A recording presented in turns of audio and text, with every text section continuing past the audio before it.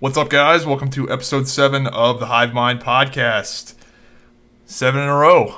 Oh yeah, we can count to 10. We'll make it there. We're what, almost 2 months straight every week. Much better than most podcasts go. Most podcasts are over and they don't have any future episodes. Somebody called me right before we were doing this, and I was like, "What? What do you need? I need to do this podcast here in a bit. We're doing this thing." And he's like, "Oh, could I do a podcast?" And I'm like, "What?" Yeah. You could do whatever you want. He's like, "If I do a podcast, can you be on it?" And I'm like, "What?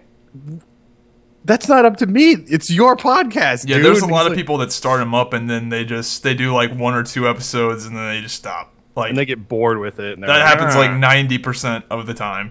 Yeah. But anyway, you said you wanted to bring up the first topic, so go for it. Did you fucking hear about this Dubai hotel fire shit? I heard about it. Okay, so let me link. I have some links for you to check out. Nothing special. It's just like phone video. Yeah, I saw it. It's pretty wild. It's fucked up. I mean, it starts off as this little tiny fire, and then also did it start from like fireworks? Yeah, because it was a New Year's Eve celebration thing. I think. Because New Zealand does a similar thing where like they have this building that looks very much like this building, and they line it up with all these fireworks like all over the sides of it, and it shoots fireworks off of it out into the city or into the neighboring area.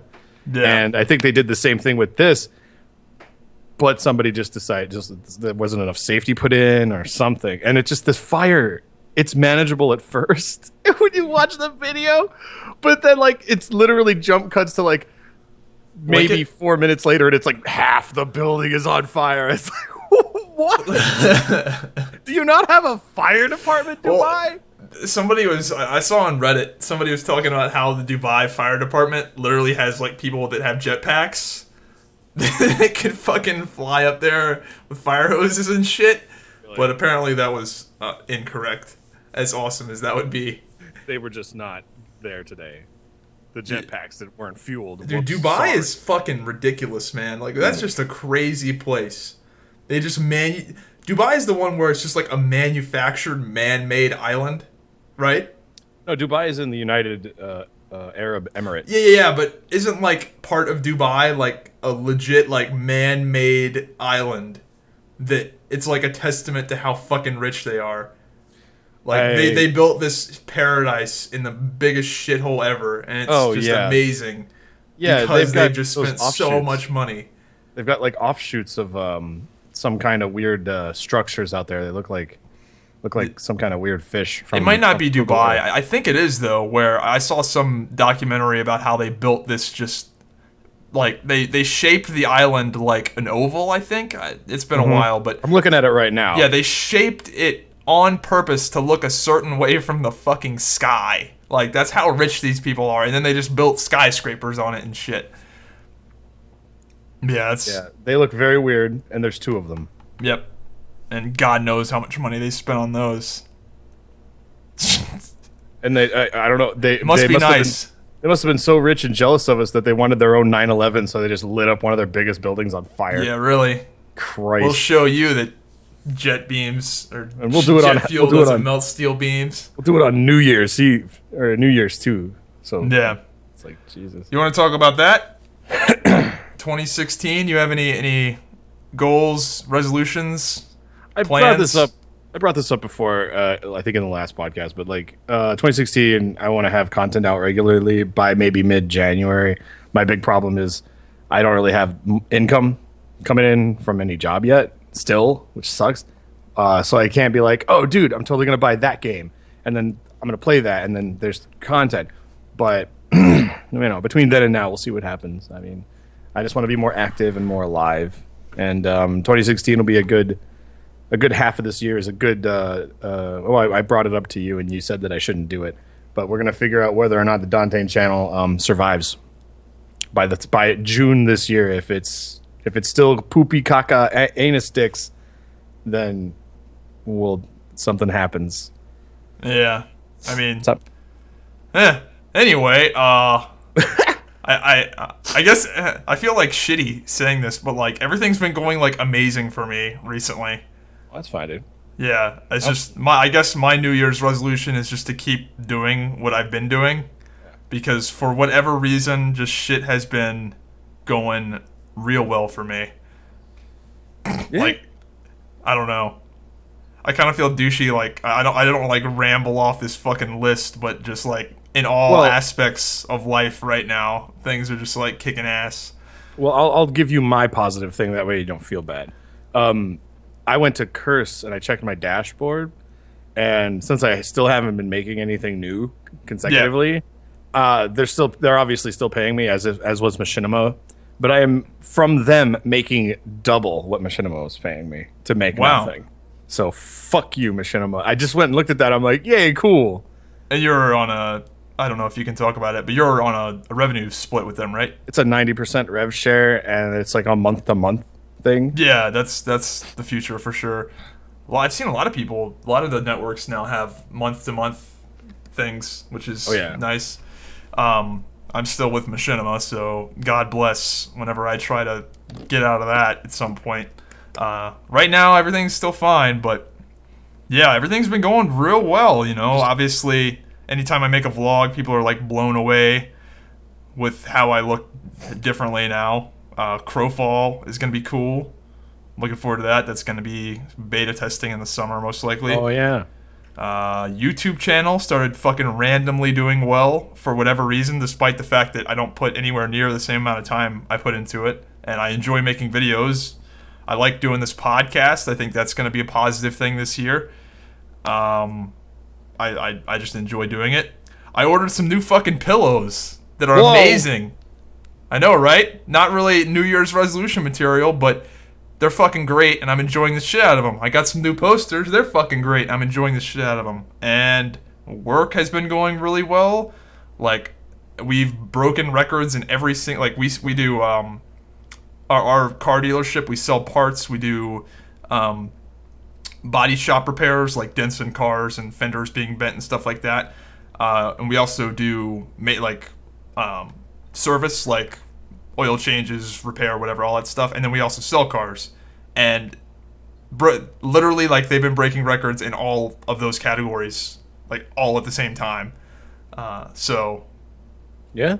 You know, it's nice, and it's amazing what some videos on a YouTube channel related to a car dealership obviously can do for you. Not all of that is me, clearly, but I think what I am doing is starting to slowly make waves, and people are recognizing it, and you know, people are coming in and saying like, "Hey, I really appreciated those fucking 4K resolution pictures you guys put up that are really fucking nice," or "I like that video," or just, I don't know, it's nice. Everything's fucking going well, and I'm, I guess, being appreciated. Not that I wasn't being appreciated, but it's nice when people are like, hey, because, you know, when my dad essentially was just like, when I got hired, they're just like, yeah, do your thing and whatever. Like we're not going to tell you what to do, just do what you think is best. And it's nice that what I think was best is actually, like, paying off. Oh, yeah. So, I just... It's always good to be given an opportunity to do something, because that's you're good at. Pretty much what they said. Like I do a few things. Like obviously, if somebody needs like tech support help of any kind, generally I'm the man that gets asked to do it. Like, hey, we need you to set up this router. Like that's my job. But for the most part, I kind of just run around and do my own thing, and they're just like, have at it. And I don't know, it's just nice to be appreciated. Well, the best part about it too is that you can give them numbers. You can print a spreadsheet and go, look, this is what I'm doing and this is how many views they're getting. Yeah, they were blown away by the watch time, like, which is one of my favorite statistics on YouTube. Oh, yeah. Views I don't particularly care about that much anymore, but like when you say like this video has been watched for 97 days, like if you collectively add it up all the time, like that I think is a very powerful statement, because view counts are always not really representative in a lot of ways. Like there can be like websites that get tons of views, but they're just like clickbait trash that no one actually engages with. But I think watch time is, you know, the real deal. And to segue back to our podcast does very well with watch time. Like every episode has a watch time of like 30 plus minutes average, which I think is pretty damn good. Yeah. So, yeah. There's a lot of that clickbaity shit though now. So much like I knew Yeah, that it with existed. blogs, I knew what clickbait was, but apparently clickbait is like a fucking meme now. So people make like they make purposely made clickbait videos that are made to make fun of clickbait video. Like my boys over at redlettermedia.com made a 10 things you didn't know about Darth Vader's suit video, and it says like clickbait and all kinds of dumb shit in the thumbnail. But what they did was they went to Wikipedia and printed off all these fucking facts about the suit and started just reading them. And it's some of this stuff is really stupid. It's just they just did it as a joke, and I bet yeah. people Well, no, still the liked Wikipedia it. shit is all serious. They're like, oh yeah, Wikipedia is badass. This is the serial number of Darth Vader's suit, and it was like, what? There's a serial number. And like the little ridges around Darth Vader's on his helmet above it where his eyebrows would be, they're ridged purposely like that so that if a blaster goes to shoot, if it hits him in the face, it redirects it around, up and around his eyebrow and down the side of his helmet and into his shoulder armor. And that's what it's specifically designed to do. It's like, what the fuck? I wonder how much of like with Star Wars in particular, like you know how they explain why certain things are the way they are. Like, quite clearly, when they were thinking of the design for Darth Vader's helmet, they weren't, like, maybe I'm wrong, where they didn't have that in mind. They just kind of, like, explained it later and just made up a reason. Like, I feel like that happens a lot with Star Wars, with, like, a universe that's that big. Like, the Wikipedia is literally people adding their own facts, quote-unquote, to Star Wars. Like, all this shit about Darth Vader is like, yeah, right. It's like there's a story that some guy shut off Darth Vader's life support by pressing one button on his chest piece one time. That happened. It's like, get the fuck out of here. Like that, yeah, right. But it's still the really thing fun. is they've made so much content for Star Wars. Like there are so many fucking books, and obviously when you compare a book to like a movie or TV show, there's way more content in a book, like way more story there. And they have so many books, it's like hundreds. So that stuff could be legit, but they've just made so much that it's impossible to keep it straight, which is why Disney just flat out said, like, all of the Star Wars you know and love is now irrelevant except for the movies and the TV show. Just because they couldn't keep it straight. I'm kind of glad we're talking about about Star Wars right now. Did you hear, well, there's two things about George Lucas. One, he's like bitching about how The Force Awakens, like the story and how it was written. He's like, well, it wasn't. He's it just wasn't fucking sour. He's sour. He's like basically telling people, like, I don't know. I just saw him on Bob Ross. He's like, oh, I wrote the stories for what episode 7 would be, and they said, fuck that. Yeah, because it was. And then they trash. wrote this. Well, yeah, because they wanted to make their movie, and he's like, they're making it for the fans. I was writing a story to continue the story. And it's like, so then this dumbass, he's on Bob Rose, and he says this. He had to sell his kids being the movies, to the white slavers that take these things. That is a pretty funny way to refer to Disney, though. Yeah, but George Lucas, I mean, you're a billionaire. Yeah, I know, right? What's your like, problem? Oh man, life is so tough now that I sold Star Wars for whatever $4 billion. Right? Like, shut the fuck up. I can see George Lucas at some point in time getting really inspired and motivated, and eventually going, you know what? I'm gonna make another fucking Star Wars, but not call it Star Wars. Just make a fucking movie that you like. He does make like an original. He does make IP. other movies, I believe. Like, I saw remember Red Tails. IMDbing him. I remember doing that and seeing like him being attached to a bunch of like Pixar style movies and stuff like that. Really? Okay. Yeah, he does other stuff from what I understand. Well, ILM is still his, I believe, and they're badass. Very much into the graphics and yeah, they do some fucking kick-ass shit. So yeah, George Lucas, shut the fuck up, man. All right, just go to the theater like the rest of us. He's sour that, like, he like the prequels sucked. Everyone thinks they sucked, and then he sells his baby, and I think in the back of his mind he thought like, I'm gonna sell it to these cocksuckers at Disney, and they're gonna see what it's like to be in my shoes. And like I had a feeling that he probably thought The Force Awakens wasn't going to be received well. Yeah. Because like he just assumed he was some sort of mastermind, and it's just the Star Wars fans cannot be pleased. But The Force Awakens comes out, and pretty much everyone likes it. It was a good fucking movie, and it's got people hyped up for the next Star Wars movies. But in my film, there would have been more Luke Skywalker. Fuck you, George, stupid asshole. Have you ever seen the episode 1 or like the behind the scenes things for the prequels?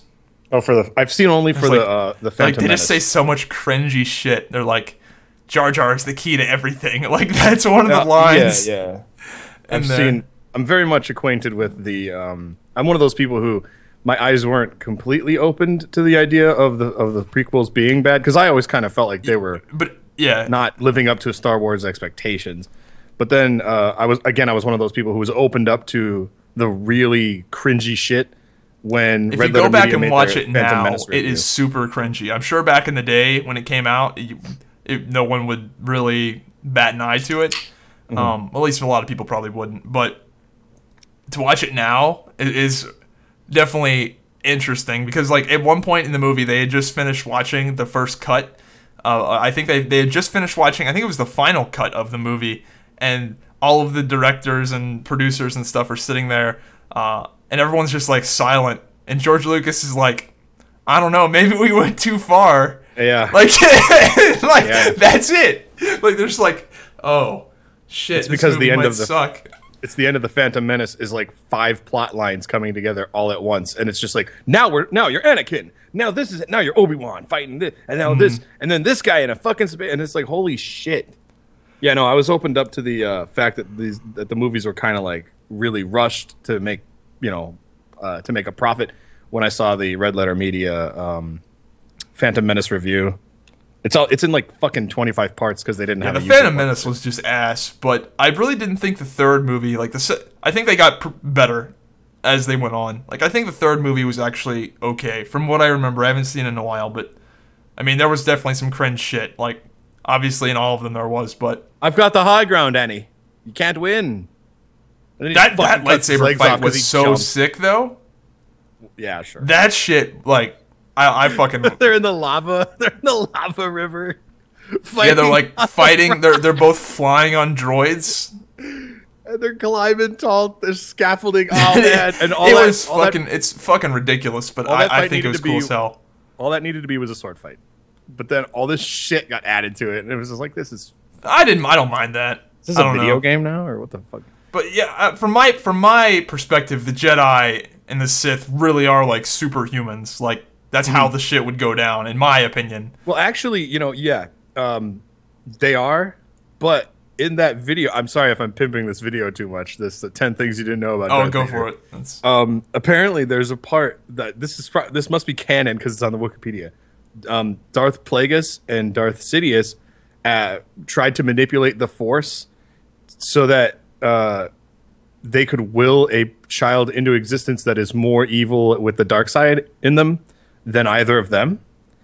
And apparently that plan failed because even the Force turned on them, and the light side allowed for Luke Skywalker to be born, who is like the most light person with the Force. That's interesting, especially with the whole Anakin Skywalker Jesus thing.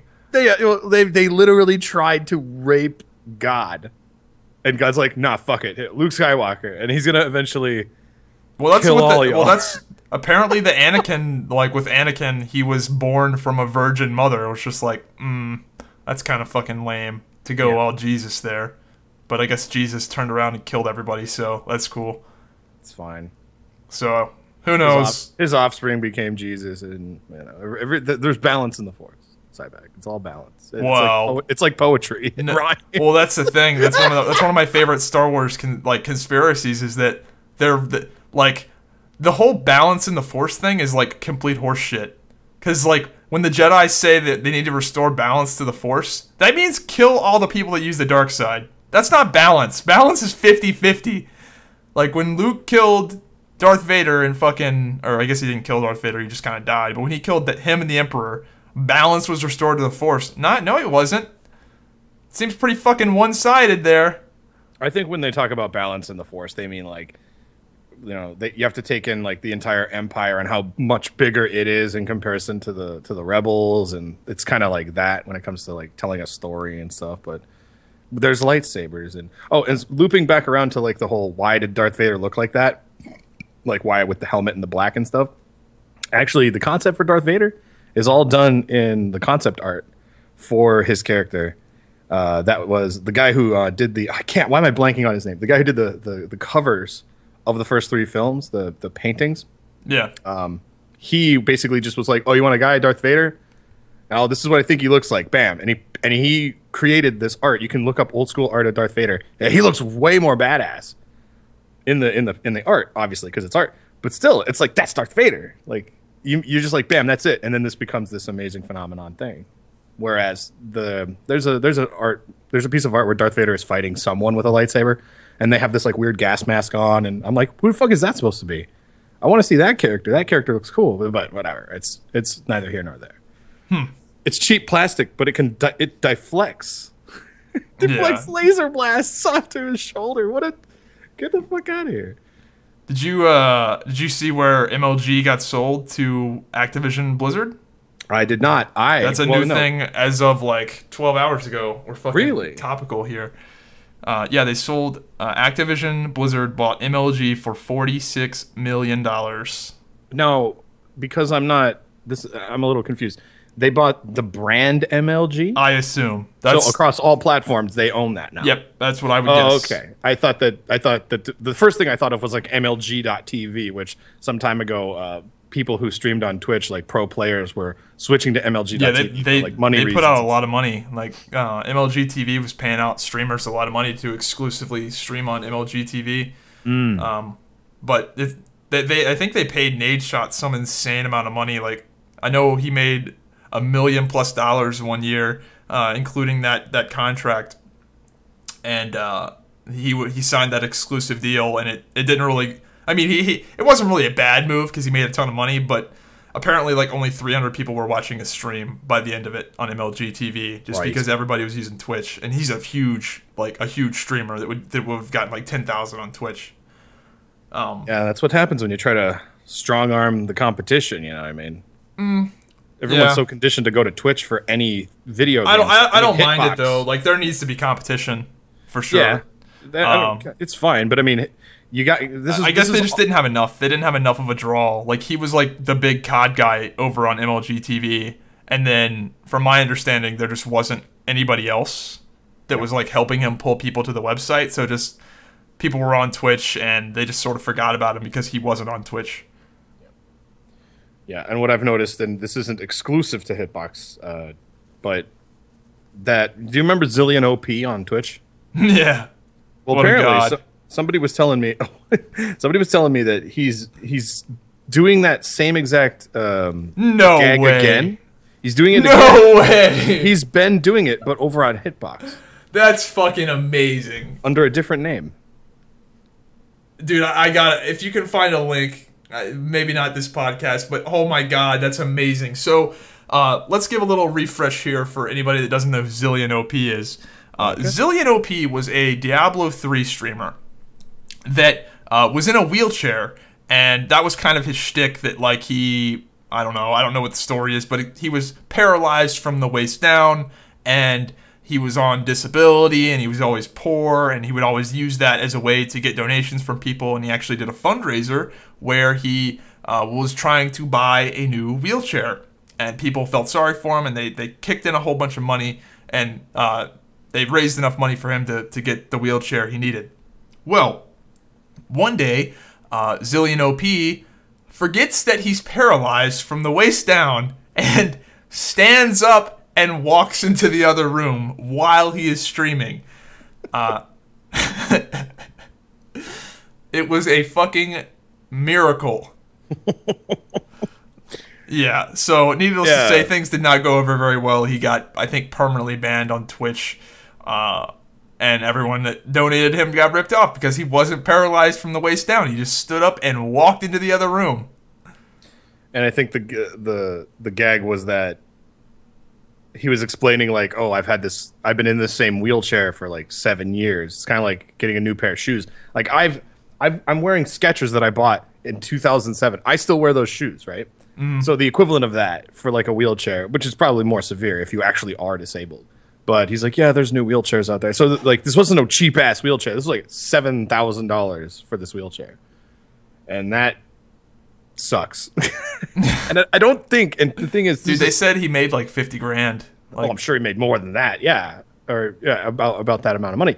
But the way that it was told to me was because I didn't see this happen, and by the time I heard, I've seen the videos. I didn't see it happen live. But yeah, that would have been quite the fucking trip. Is he like on camera getting up? Yes. Oh, okay. I thought it was, he's sitting there, and I guess what his girlfriend or something happens in the other room, and he just stands up to go like address whatever it is, like you would normally do, and he just forgets that like he had some sort of brain fart or something, and he just gets up and walks away. I had heard stands up and walks away.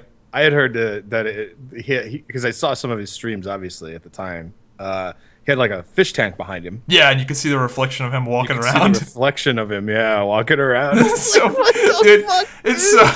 so funny. Like I know it's fucked up that people got ripped off, but like it's pretty goddamn funny at the same time. This dude actually just like performed some sort of miracle. I can walk now. Another thing I thought was really funny was when he did it, his friends, his like real life friends or whatever, that are on his stream playing with him are in on this fucking con, and he stands up and they're watching his stream obviously like remotely, and they go, they're like they want to say something, you know. Well, you can tell he fucked up because when he came, like it wasn't like something where like he still has use of his legs. Like when he realized he fucked up, he like instantly spiked his webcam down into the desk to where you couldn't see the wheelchair anymore. Like he fucked up. That's glorious though. Jesus. But anyway, I'm curious to see what Blizzard. I have a feeling that Activision Blizzard bought MLG for the brand name. Because everybody, like the current trend right now with esports is that every game sort of runs their own tournaments. Like League of Legends has their LCS thing, and Dota has their own thing, and Halo has their own tournament series. So I'm curious to see why they bought MLG. I think it really is for that name. Like that MLG branding is so like it's powerful. Like we know what MLG is. We know what that logo is with the controller that's multicolored. I feel like they just bought that brand, not the actual assets, because I feel like MLG itself isn't really that valuable except for the name and the notoriety it has. It's kind of like being able to buy NFL, the logo. Yep. And all rights, whatever, to it. It's like, what are you going to do? Now you have to pay me. What are you going to do, NFL? Call yourself the new NFL? Yeah, fuck that. So yeah. That would never happen, but MLG being bought, that's pretty neat. Yeah. This esports thing it's taken off, man. It's going to be pretty big. Video games in general, dude. Video games are going to be, unless something tragic happens where video games just die in popularity for some unforeseen reason, video games are going to be huge in like 50 years. Because the thing is right now, so video games make more money than music. I think they make like significantly more money than music and movies combined. So if you take the movie industry and the music industry, combine them, video games make like way more than both of those even combined. And right now, not a very high percentage of the population plays video games. It's people essentially your age and lower. I think you're kind of at that upper limit in a lot of ways. A lot of people are being weirded out if you're a young person and you think video games are cool, and guys in their 30s are playing video games and that's weird to you. Guess what? We were the ones playing them first. Yeah, but anyway, what I was saying is, there's not too many people older than you that are playing video games super actively. Like, you were kind of that first generation, essentially. And, I mean, there are some people older, obviously. But in terms of the masses, right now, pretty much everyone your age and below plays video games. But everyone your age and above really doesn't. And once, like, we're not going to quit playing video games. Like, you probably don't see yourself quitting video games in the next 20 years. Like, no, of course the percentage of people that actively play video games is only going to go up. Because, like, people like your mom probably don't play video games, right? Not in the way that I do. My mom. Yeah, but you know what I mean. Like, the older generation, they just don't play them. And our generation it's not like something you grow out of. So it's going to be crazy. It's only going to get even more insane as time goes on. Video games are going to have pretty much uninterrupted growth for the next, whatever, 70 years, pretty much, until it finally evens out to where everyone just fucking plays them at all ages. Yeah, and a lot of that profit that, we say video games come from, in my mind, whenever I think of video games, I think of like console games or PC games. But now we have all these mobile games. The mobile games. And they make so much money that we don't even, speaking of Activision, somebody told me this on my stream. I have thought that they were fucking lying. Activision bought Candy Crush for $5.9 billion? Yep. Get the fuck out of here. So it must be making a boatload of money for them to shell out that much. They bought the whole company. They didn't just buy Candy Crush. They bought, I think it's King. They bought King. Makes it. Yeah. Yeah, so now they've got Candy Crush Soda. Yeah, they've been buying a lot of shit. Activision Blizzard has been buying shit, just they're using all over the place. Using that subscription money, man, I'm telling you. Using all that money they used to put into WoW. Really? They're using that money from fucking Hearthstone and, yeah. Jesus, man. I don't know. It's going to be interesting. I'm excited for that, though. Video games are just going to get fucking huge, man. It's going to be insane. Yeah. We are fucking blowing through these topics. Holy shit. You hear about Steam? Go ahead. I can't wait to see Arthas in a Call of Duty game at some point in the future. Next Activision-controlled COD game. It's like, well, DLC, here it is. World of Warcraft character, Overwatch characters. Who gives a shit? Man, I hope that Warcraft movie is good. Fuck. Yeah, I know it'll be good. You know it'll be good? See, I've seen some of the trailers, and I'm like I watch the trailer, and I'll be like, oh, it looks kind of cool, but then I'm like, I'll watch it again and be like, oh, it looks kind of shitty. I'm so, torn on it. It's just, all it is most people that have that opinion that you've just said, that I've heard, they're just worried about it. I'm worried about it for sure. I wasn't worried about Star Wars when I saw the trailers. When I saw the trailers for Star Wars, I was like, oh shit, this is going to be badass. And I went to the theater, and oh shit, it was fucking badass. With the Warcraft movie, I'm like, this looks pretty cool, but, anything could happen. I've talked about it before. It's an original new IP. Yeah, I guess that's a lot put out there on a medium that it hasn't ever been put out there on before. That's why we worry for it. But at the same time, I look at it and I go, it's being managed and handled by Blizzard. And the way that they tell stories has been very well received in the past through the games.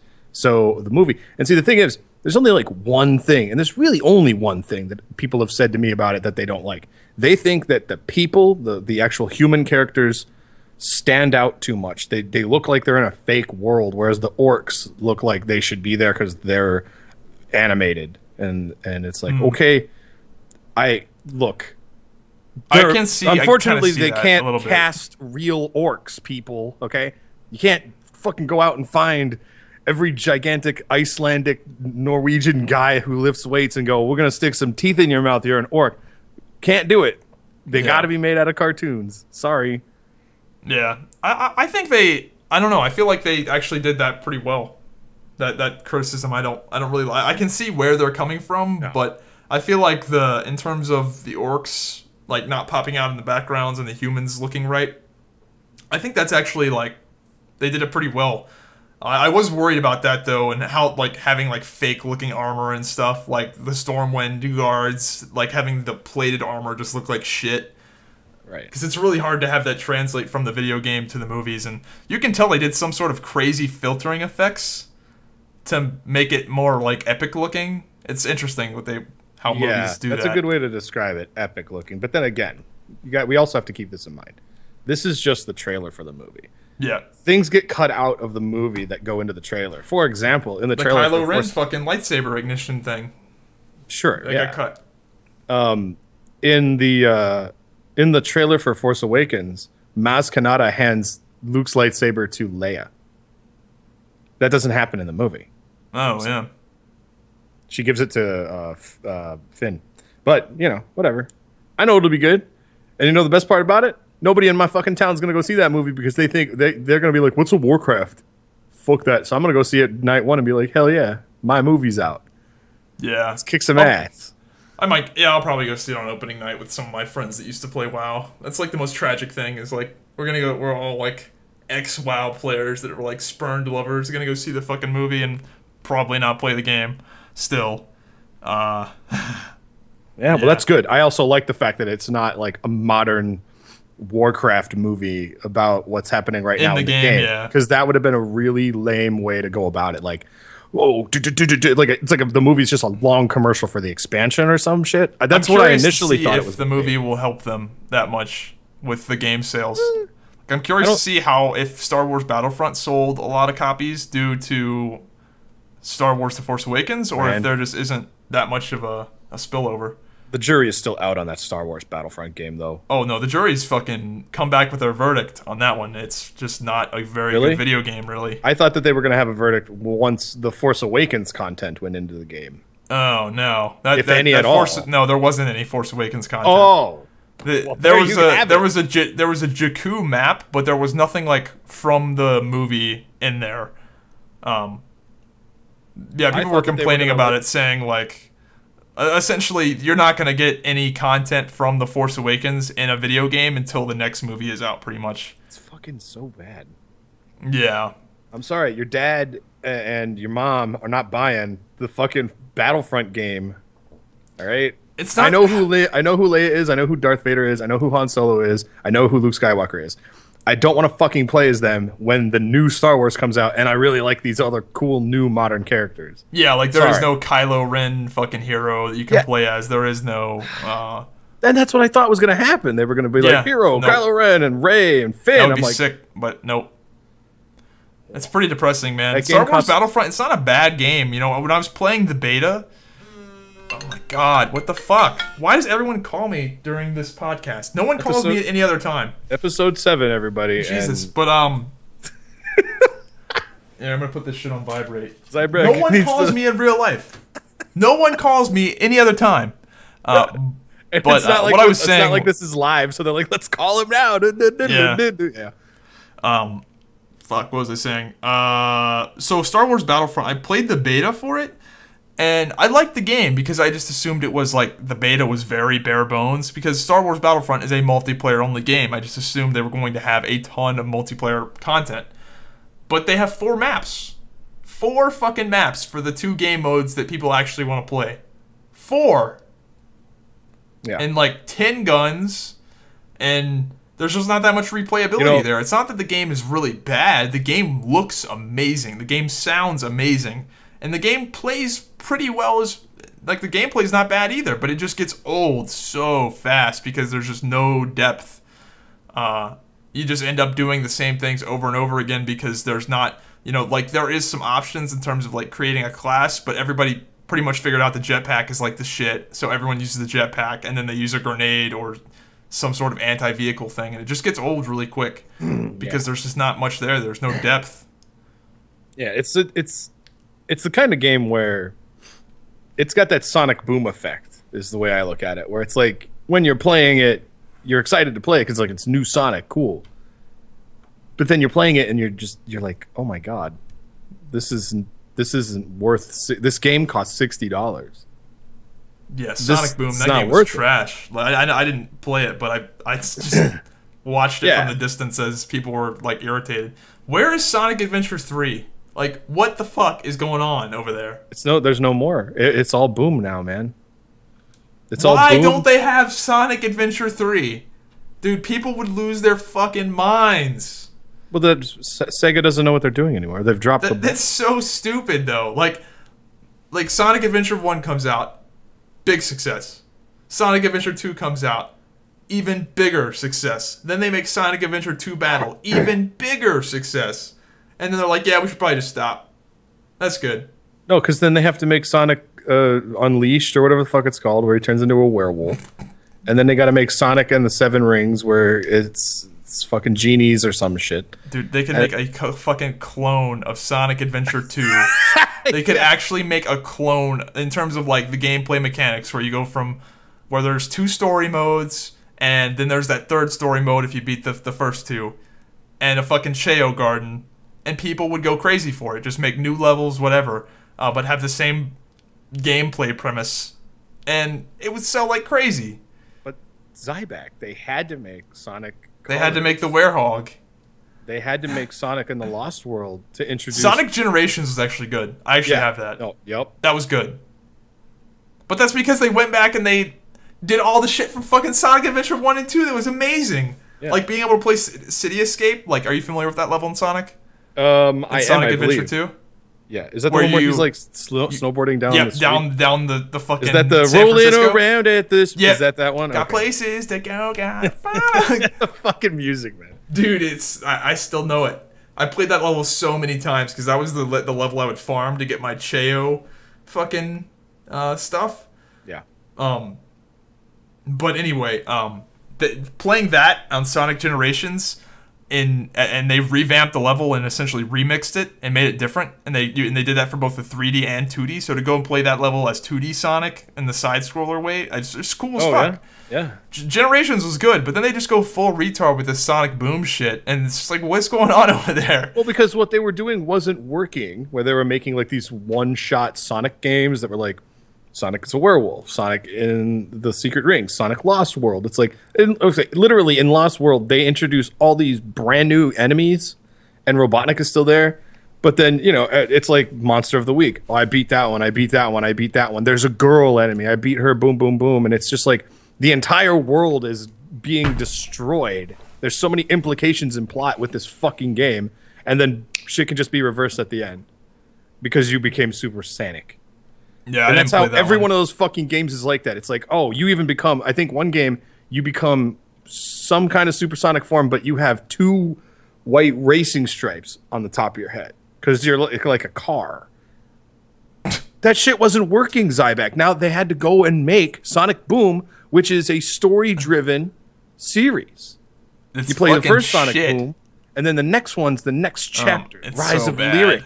It sucks. It fucking sucks. Like, what? Maybe I need to go back and play Sonic Adventure 2, because maybe I missed... Like, I was young when I played it. Mm-hmm. But I feel like that game was just cool as fuck. Like, even the story was cool. Like, I'm sure there's some cheesy shit now if I went back and played it. It's just like, that's kind of dumb. But is Sonic Adventure... Is one of the Sonic Adventures this infamous Sonic 06 game? No. No. That was awful. Because Sonic 06 was just called Sonic the Hedgehog. Yeah, that game was probably the worst game they've ever made. Like, legitimately, it was like... very familiar with Sonic 06. I just needed to cover that. Yeah. I stopped playing Sonic games. That's where the Game Grumps played that shit, and they like couldn't even like play it. Going uphill fast. Yeah, I don't know. I remember, like, I don't watch the Game Grumps, but I remember seeing them playing that, and I was like, oh shit, I gotta see this, because I just knew how trash the game was. That's the episode. It was just like them battling the fucking controls. And they're just like, we can't do it. Or when they fight Silver the Hedgehog, and he's like, it's no use, and he just kills them constantly. Yeah,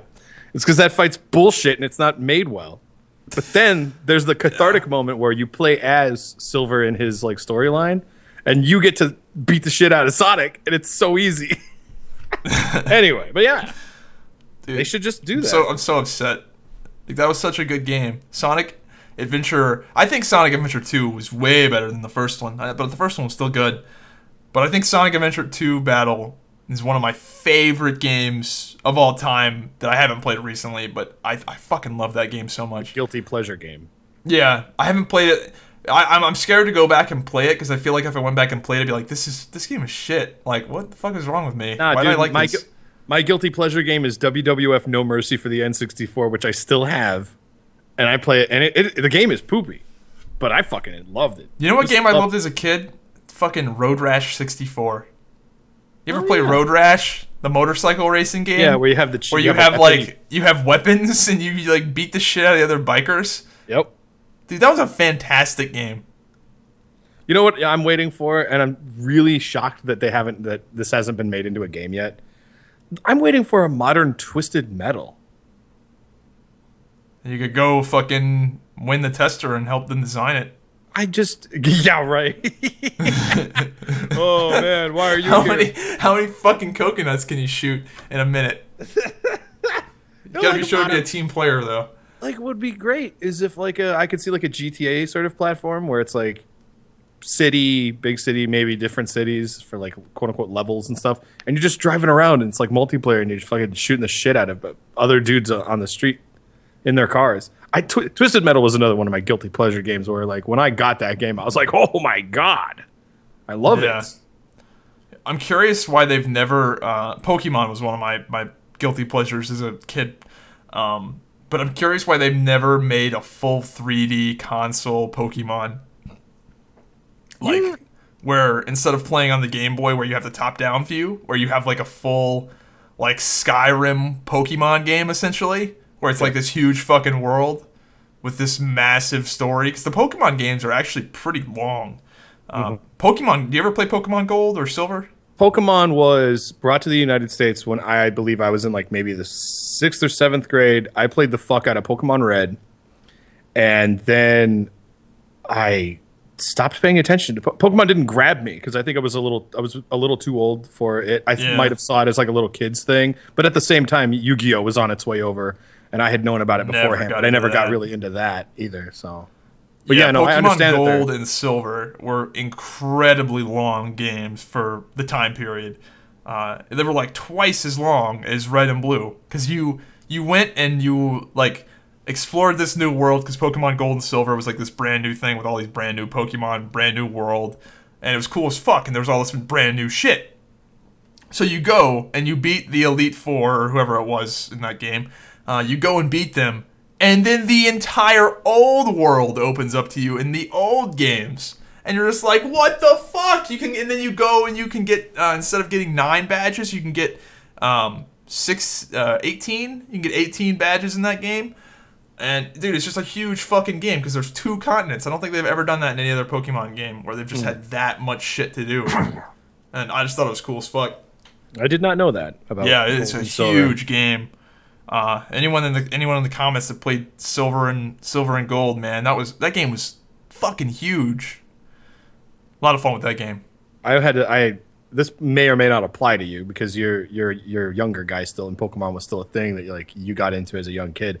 But now that you're in your 20s, does Yokai Watch scare you?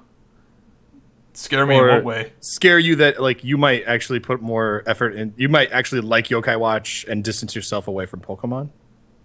No, I'm not into Pokemon anymore. Or Yokai Watch or Yu-Gi-Oh or any of that shit.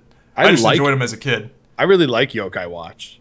I don't even know what it, like. I know what it is, but I haven't even looked. I haven't seen a single image of it. Nintendo, it's Nintendo's like recreation of Pokemon, but like how do we do it differently for like a newer generation, a younger generation of kids?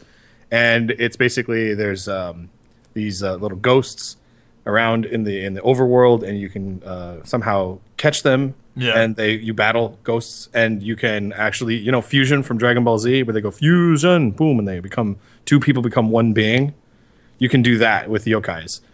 You can combine them and they become a whole different Pokemon, per se. And you can, I think, fuse those. Once you get tier 2 yokais, you can fuse them and they have powers and all this crazy shit. And it is a fucking plague. Not really, plague's like a negative way of saying it, but it's like everywhere in Japan. Everywhere. I know with Pokemon, they've actually tried to like rail back on the amount of Pokemon there are. Like I know the games don't have. Like, with Pokemon, like, the reason why Pokemon Gold was such a huge fucking game is that I think there was, like, 650 plus Pokemon you could get in that game. Like, there was a ton of them. And I think as the games went on, they had to start cutting them back because there's just, like, so many, like, so much there that they just couldn't, I guess, fit it all in the game or something. Yeah, maybe. But I think with Pokemon, like, from what I've heard, some of the newer Pokemon are just like not as clever. Like they're just not as cool, like the new ones compared to the old ones. There's one called Trubbish or Trabish or something, and it's basically a bag of garbage with holes ripped on the sides, so the garbage is kind of like spilling out, and it has eyes and a mouth, and the garbage is its hands. It's cute, but it's also a fucking bag of garbage. And they're just running out of ideas. Like, I feel like the original 150 were all like very clever and different from each other, and then I think Gold and Silver, that generation where they added like a whole bunch, like 300 more. I think those were pretty good as well.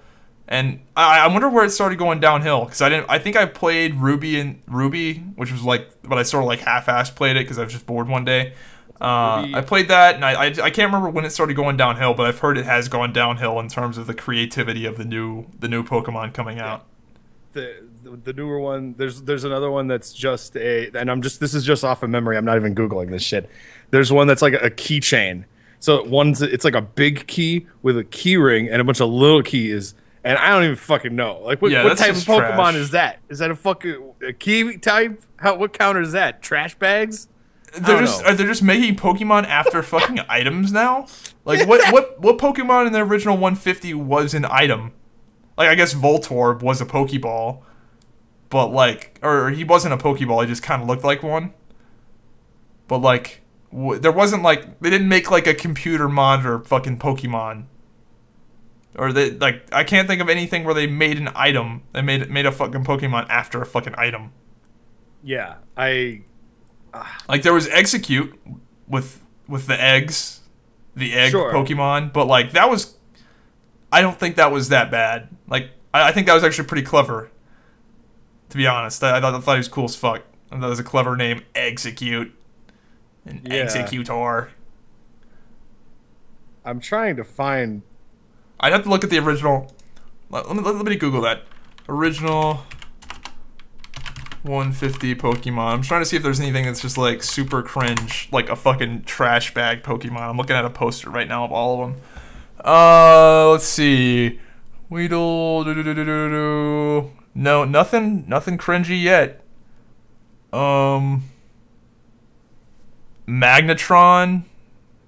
Or yeah, it was like magnets, but it wasn't like a but magnet. That wasn't. With yeah, but it wasn't like a trash bag. Yeah, like it was its own like clever thing. Dude, there's like none. They're all like Mr. Mime. That was kind of stupid. Mr. Mime was pretty fucking dumb. No. Everything was pretty like original. Yeah. I remember liking a Pokemon that was like a lion that was like on fire. I was like, yeah, that's cool. A lion that's on fire. I forget what it's called. That must have been out of the original 150. It's the original one, yeah. That's why I brought it up. It is an original one? It was one of the original ones. It starts off as like a little tiny dog-looking thing. It's like orange and yellow-ish, and it gets bigger. Oh, that's the dog Pokemon that fucking... It evolves from Growler. How do I remember this shit? Growler, yeah. It's a Growlithe, I think, is the next one. Yep, Growlithe. Yep. How did I remember that fucking name? How did I remember that? It's just so fucking long. Holy shit, I found another amazing. I'm gonna link you. It evolves from Growler. What the fuck? How did I know that? You would have to know that. That's a Pokemon right there. That is a new Pokemon. And I'm going to link you its Dude, evolution. That's so trash, man. So, Pokemon Gold and Silver, again, the best fucking Pokemon games in my opinion. Did you ever play them? I can't remember. Again, I stopped at Red and Blue. Oh, okay, that's right. I thought that Ruby and Sapphire were like a remake of Red and Blue. No, dude, they were brand new games, and I forgot there was this whole other thing with Pokemon Gold and Silver. There was like this secret, hidden, like conspiracy, fucking place in Pokemon, where it was like this pretty. It wasn't like super secret, obviously, because people found it, but where you could find these like weird Pokemon that were like shapes. And, like, there was this whole, like, riddle to them. Like, I can't remember what they were called. I have to look it up. Pokemon Gold shape Pokemon? I don't know what the fuck they were called. But it was like this conspiracy. Unknowns.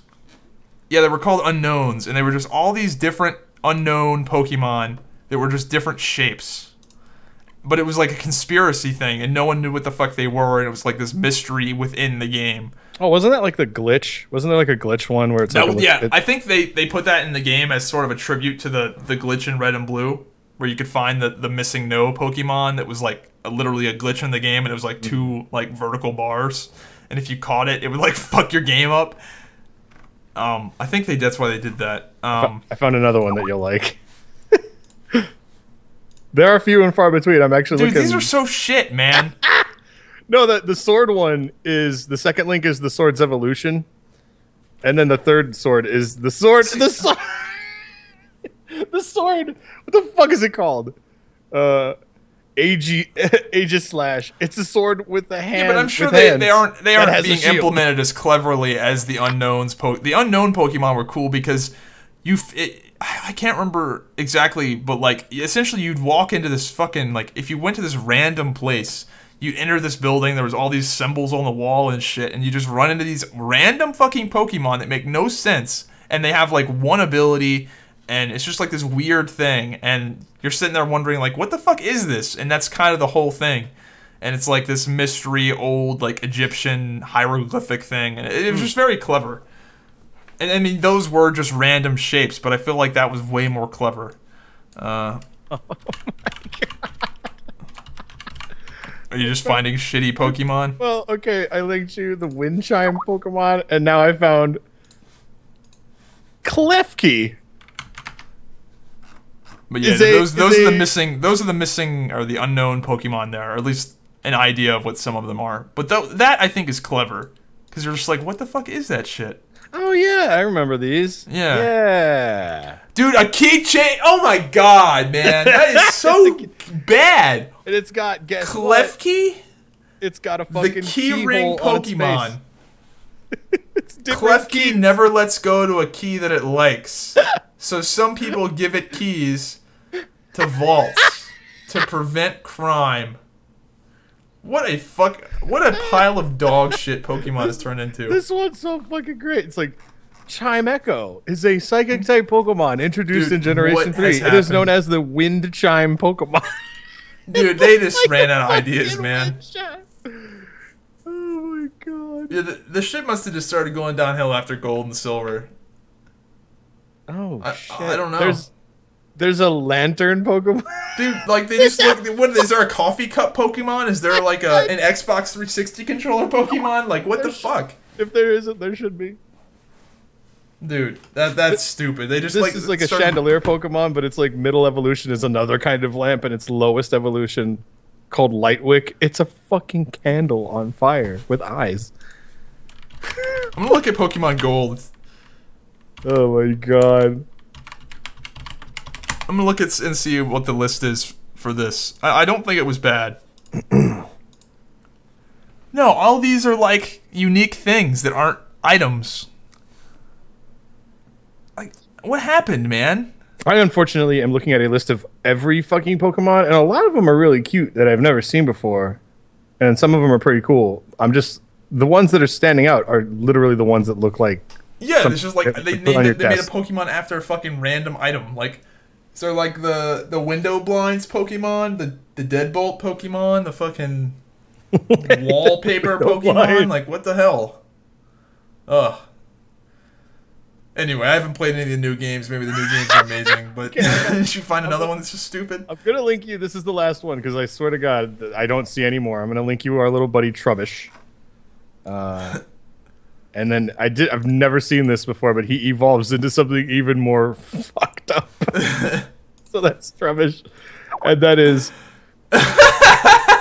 Garbodor. It's literally a fucking bag of trash.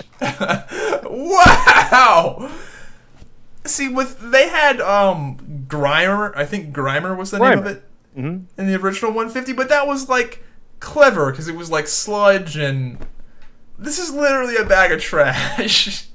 It's known as the trash bag Pokemon. Its evolution is known as the trash heap Pokemon. It's just a trash bag. It's a trash bag that got too full. Is his evolution? Wow, dude! Wow. Oh my god. See, with Grimer and the fucking evolved version of Grimer, like, that was clever because it was sludge that could form into different shit. Like, that was cool. This is a pile of trash. Literally. literally like a sack of trash. The kids are like, oh, cool, Travis, in real life. Let me take out the trash, Dad. Oh yeah, that's actually a kick-ass at the top of the Pokemon database thing. That's Scyther, evolution. That dude was bad. Scyther was a fucking kick-ass Pokemon. Oh, and the he could red thing? evolve into that other one. I can't think of the name. That one's kick-ass. My thoughts on the whole why didn't they make like a real world Skyrim-esque like Pokemon is probably they didn't want to venture too far away from like what works.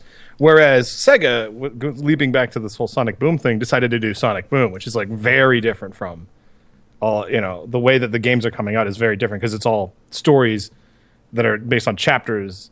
And did you know Sonic Boom is also a cartoon? Yeah.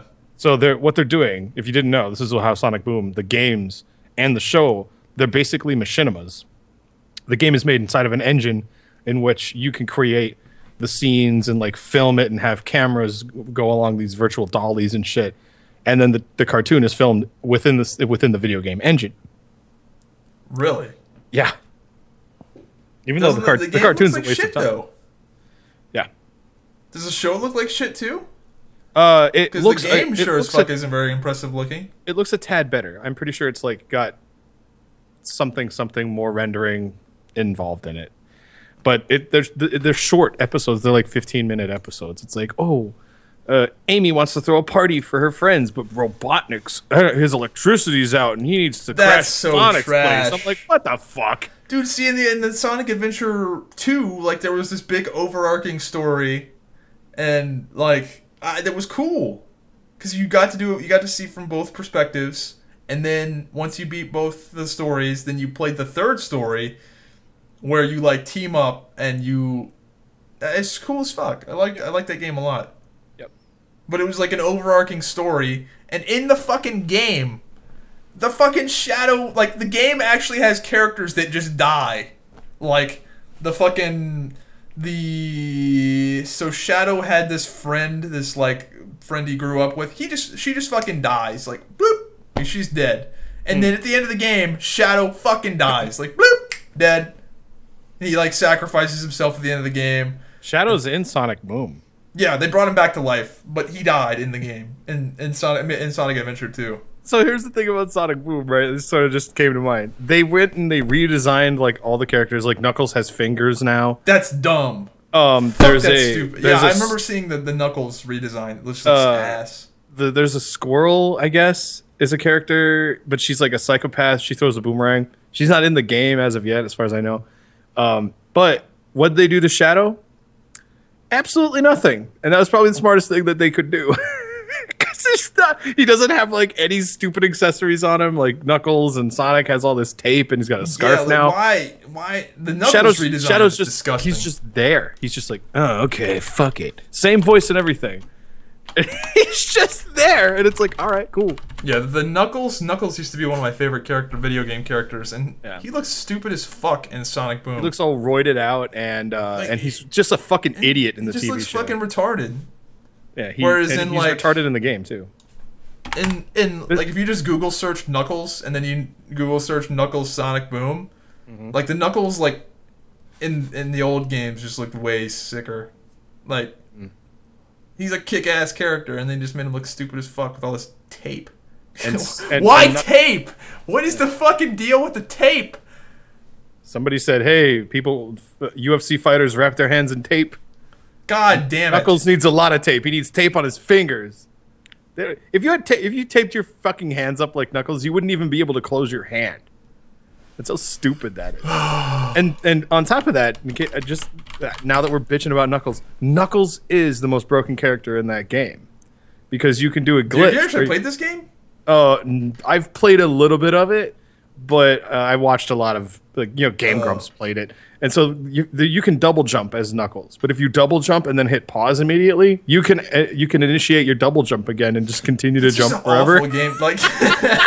And so you can jump over like parts of the game world that you're not meant to be there, and it happens when they played it. It was game. Great. Like that's unreal.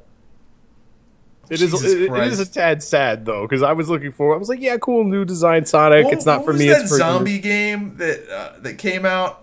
Dead Island. Do you remember when that game came out? Oh, dude, yeah, I played Dead Island. Yeah, did you play it the night it came out, where they accidentally gave everybody the developer version of the game? Oh no. Oh, it's so good. So if you like this is the night the game came out. If you accidentally hit E on your keyboard, you would enter like exploration mode, or you could just fly around. So people, so people would accidentally hit E, and just fly around, and be like, "What the fuck is going on?"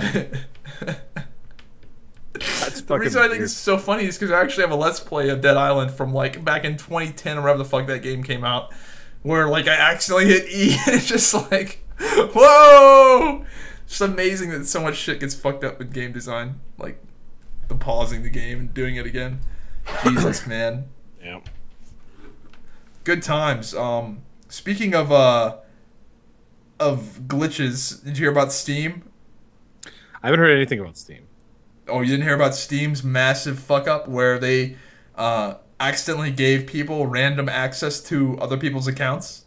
No, what? So, wow. Essentially there was some sort of caching issue where if you were logged into Steam, you would just randomly be logged into some other person's account. Like if you went and checked your Dante's Steam account, you would be logged in to someone else's account instead. And you could see people's email addresses and parts of their credit card number and date of birth and where they lived and all that shit. Really? It's a real big stink. People are pretty pissed. Apparently nothing bad has come of it, though. Not yet, anyway, but it's pretty fucked up. Yeah, that sounds like a... Yeah, somebody messed up. A disaster, but yeah, apparently... it was on Christmas Eve, I think. Oh, wow. I wonder if Lizard Squad successfully DDoSed PSN and Xbox Live this year. I wasn't around to see if it was up. I don't know. Yeah. The whole DDoSing thing is getting fucking ridiculous, though. Jesus. People just need to stop that shit, because it really is annoying. Yeah, man. It's like... we'll DDoS the PSN network, huh? See how it's so unreliable? Yeah, because you DDoS it. So you chose to DDoS it. What they did last year was actually pretty gangster, in my opinion. They told Sony and Microsoft they were going to DDoS them on Christmas Day months in advance. And they went and they still did it successfully for multiple days. Like, damn. They brought both of them down on Christmas Day for like an extended amount of time. And that sucks on Sony's part. It's like, Microsoft, they both couldn't deal with it. Yeah, it's like you knew. Did you just ignore it? And if they're ignoring it, then it's like, oh my. Take the threat seriously. I don't think it got knocked down this year. I feel like it would be a bigger story if it got knocked down again this year. I think they were ready for it. But yeah, dude, the DDoSing shit is unreal. I'm curious how long it's going to take for the law to catch up with these fucking cyber criminals, because that's a thing. Like, one of the biggest DDoSers ended up getting arrested. Like, they caught him, and they indicted him on like they got him for like 50,000 charges or something, but he ended up only getting like 3 years probation. Like, that's so fucked up. Who knows how that shit works legal system wise, you know? I think the law just hasn't caught up yet to these fucking scumbags. Because right now these scumbags can do pretty much anything they want, and if they do get caught, like this dude got caught for like 50,000 some like charges. Like he was doing like serious fraud and like serious damage to people's companies with DDoSing and all that kind of stuff. And they got him, and they could prove that he did all this shit, but he still only ended up getting like 3 years probation. Like fuck. So. Yeah, I'm curious to see how long it's going to be before the law catches up on that kind of shit, and I think it'll probably be around the same time that internet legislation gets passed to where the internet is considered a utility and is regulated more. Yeah. I wanted to pick your brain about something, YouTuber-wise, you know, creator-wise. It's a simple yes or no sort of question. Does it or does it not bother you when you look at the statistics of someone's combined social reach and it looks like it's a little cringy, like something is very much wrong? For example, and this is I'm not going to say the dude's name, but I found this dude. His girlfriend retweeted that I was streaming, so she must be watching my stream or something.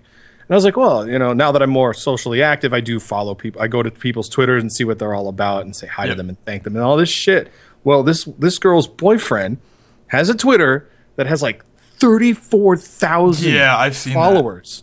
Yep. And I'm like, okay, cool. This guy must be like a dude of some kind. And he's like, I'm a professional streamer. And I'm like, oh, who is he? Because I, you know, knowing me, big old dumb Dante doesn't know who a lot of the big streamers are. So I click on his thing. He's only got 700 followers and 400 views. I've seen that happen with a lot of people's Twitters. And I think some of it is just random, because some of these people that I've seen that have these Twitters that have just like insane amounts of followers, I don't feel like they'd be the people that would buy followers, that would like bot that shit. I think it could just be like, is that person that has all those followers, does he tweet a lot by chance? Does he have like like, is he one of those people that has like 50,000 tweets? He's got a lot of tweets. I think that's a lot of it. Yeah. I think that's like a big thing. Can you look at him and see? I'm just curious how many tweets he has. Because there is some weird thing with Twitter with like, the more you tweet, the more followers you get, and it could just be a bot thing. Like, there's a lot of Twitter bots that are spam bots that go and follow legitimate accounts to make it look like they're not spam bots. I've had the Twitch bot or something will always retweet that I'm streaming. He's only got 8,000 tweets. Oh, I don't know. I've seen some people that have like shitloads of followers that have no real like pull, but they just tweet so much that they get random followers from random people. But if you go and look at their tweets, they don't get retweeted that much or anything. I've only got 3,900 followers, but I feel like the people that do follow me on Twitter are pretty active. So yeah, good. So whereas I have like 2,700 tweets, I only have 2,269 followers, which makes sense. That makes sense to me. But what I'm saying, and you understand what I'm saying, but just in case anybody who's listening doesn't get what I'm saying. Yeah, there's some disconnect. You go to this dude's fucking Twitch, and he's got nothing. You go to this dude's YouTube channel, he's got like fucking like 100 to 200 Do his tweets do well? Is he one of those people that tweets out like dank memes and black people Twitter stuff? Dude, one of his tweets is like, have you checked out my new website? It looks great, even on mobile. And then he links his website. I would love to hear your thoughts. And this was... Yeah, when you scroll through his tweets, are they like retweeted a lot or anything like that? Yeah, they're retweeted and liked a lot. Link his Twitter? I'm curious. But yeah, I've seen a few people that have like... But I'm saying, when you see this, if you didn't know about his other social media, you would assume... Because he's got... I mean, you're a serious person. You put business inquiries in a website or in an email address there. Mm-hmm. I mean, I don't even do that. Because I don't feel like anybody would want to do business with me. You know? At some point in time, I would. But what the fuck? Really? And this dude, all he is a streamer? He's not like some sort of like... like industry guy or anything? I don't know. Nothing that I've seen. He looks like just a streamer. If you look at his pictures, all of his pictures are like him green pimping screen. G Fuel. A lot of them are him and his girlfriend pimp G Fuel, as if they're sponsored by G Fuel. Yeah, there's a lot of people that like accept all these shitty sponsor deals that I just constantly turn down. Like, I don't know. I think a lot of people just want to be sponsored for the sake of being sponsored, despite the fact that they're getting like no money and like it's a horrible deal. I think a lot of people are just like, they just want to get a G2A referral link just to have one to be able to put it up on their fucking thing. Like, I'm sponsored by G2A. It's just like, not really, bro. You signed up for affiliate. A fucking referral link. Like, anyone can do that. It's affiliate marketing. Yeah, the only thing I do right now in terms of like selling out is I've got a Crowfall referral link that's actually been doing fucking really well for whatever. Well, it's not doing well for whatever random reason. The game is pretty fucking sick, and I think people are starting to see how cool it's going to be. But that's the only thing I do right now in terms of like pushing something, and I only push that on the Crowfall videos. Yeah, I don't know. I just it's like an anomaly. I stumbled upon it, and I was like, really? Yeah, I definitely see that happen a lot. Here, I'll link you another one. Another Twitter of a guy that is in the same boat. He's a streamer, not that big of a streamer, but has a lot of Twitter followers. There, look at this guy's. Don't say his name, obviously, but this guy seems to be a good guy, but he's a streamer, and I don't know why he has so many people following him, but I think he tweets a lot. Yeah, he tweets a lot, but I don't feel like that follower count is real, or at least not active. But yeah, if you look at that guy's stream, it's oh my god, not that impressive. Actually, he's got a decent amount of views now, but I don't think that number's legit because I've seen a lot of people with way bigger streams that have way less. But anyway, yeah, there's a lot of like tweets about just why are you tweeting this? This doesn't make sense. Yeah, I'm gonna try not to be super annoying with the whole like health movement thing, despite the fact that I'm like doing it. That is, have you noticed that being like a thing? It's like the cute thing to do is to be like a gamer that works out and make videos about it. Yeah, and what I hate about it, dude, it's gotten crazy. This is what I hate about it. I hate the fact that you can clearly tell that there's like in shape dude or chick who just now happens to pick up video game culture because video game culture's cool.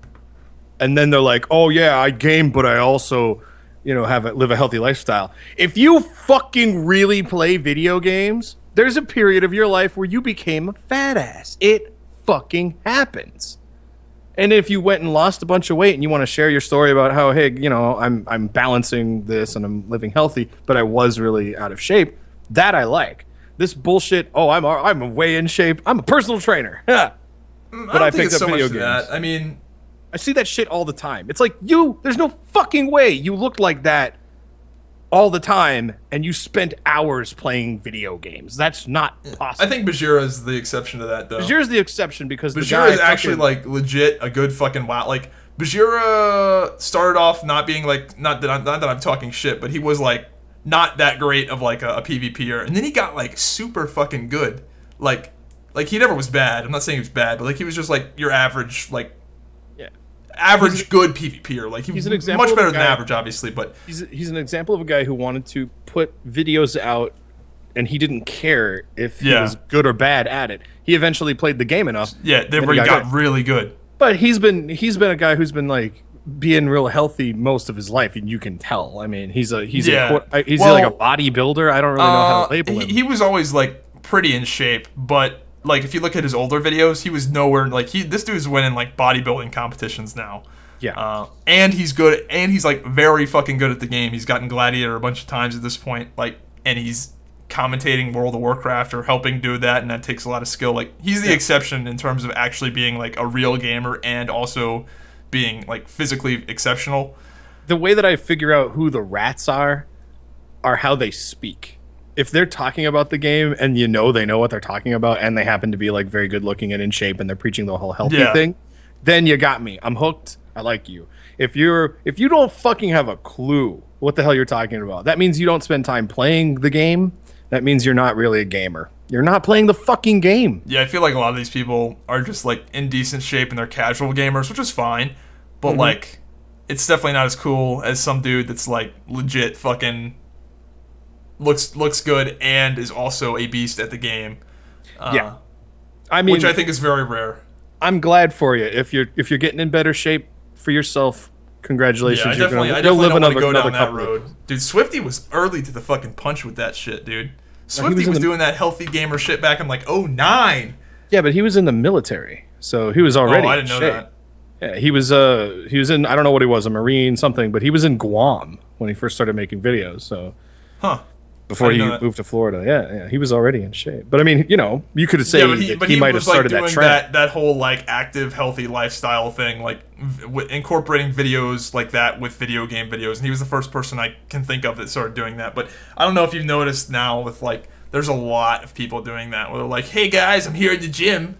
Like I never want to make it. Like I will never do a video with me lifting weights unless it is some sort of like tips and tricks thing where it's just like this is this cool thing. Like I probably will make a video talking about how I actually have lost all this fucking weight because I feel like I've got a few tips and tricks that people don't or you just want to share about. Just share what worked for you. I mean, a lot of people. Yeah, that'll be what it is. But dude, like some of these fucking videos, man, when I look at those videos where they're like, I went to the gym, here's video of me, here's video proof that I do what I say I do. It's like Facebook shit, where it's like they wanted to make a video just to like show people that they do it. It's like, what the fuck? All I see when you do that, anybody, if you're a girl, guy, I don't give a shit. All I look at is a fucking douchebag.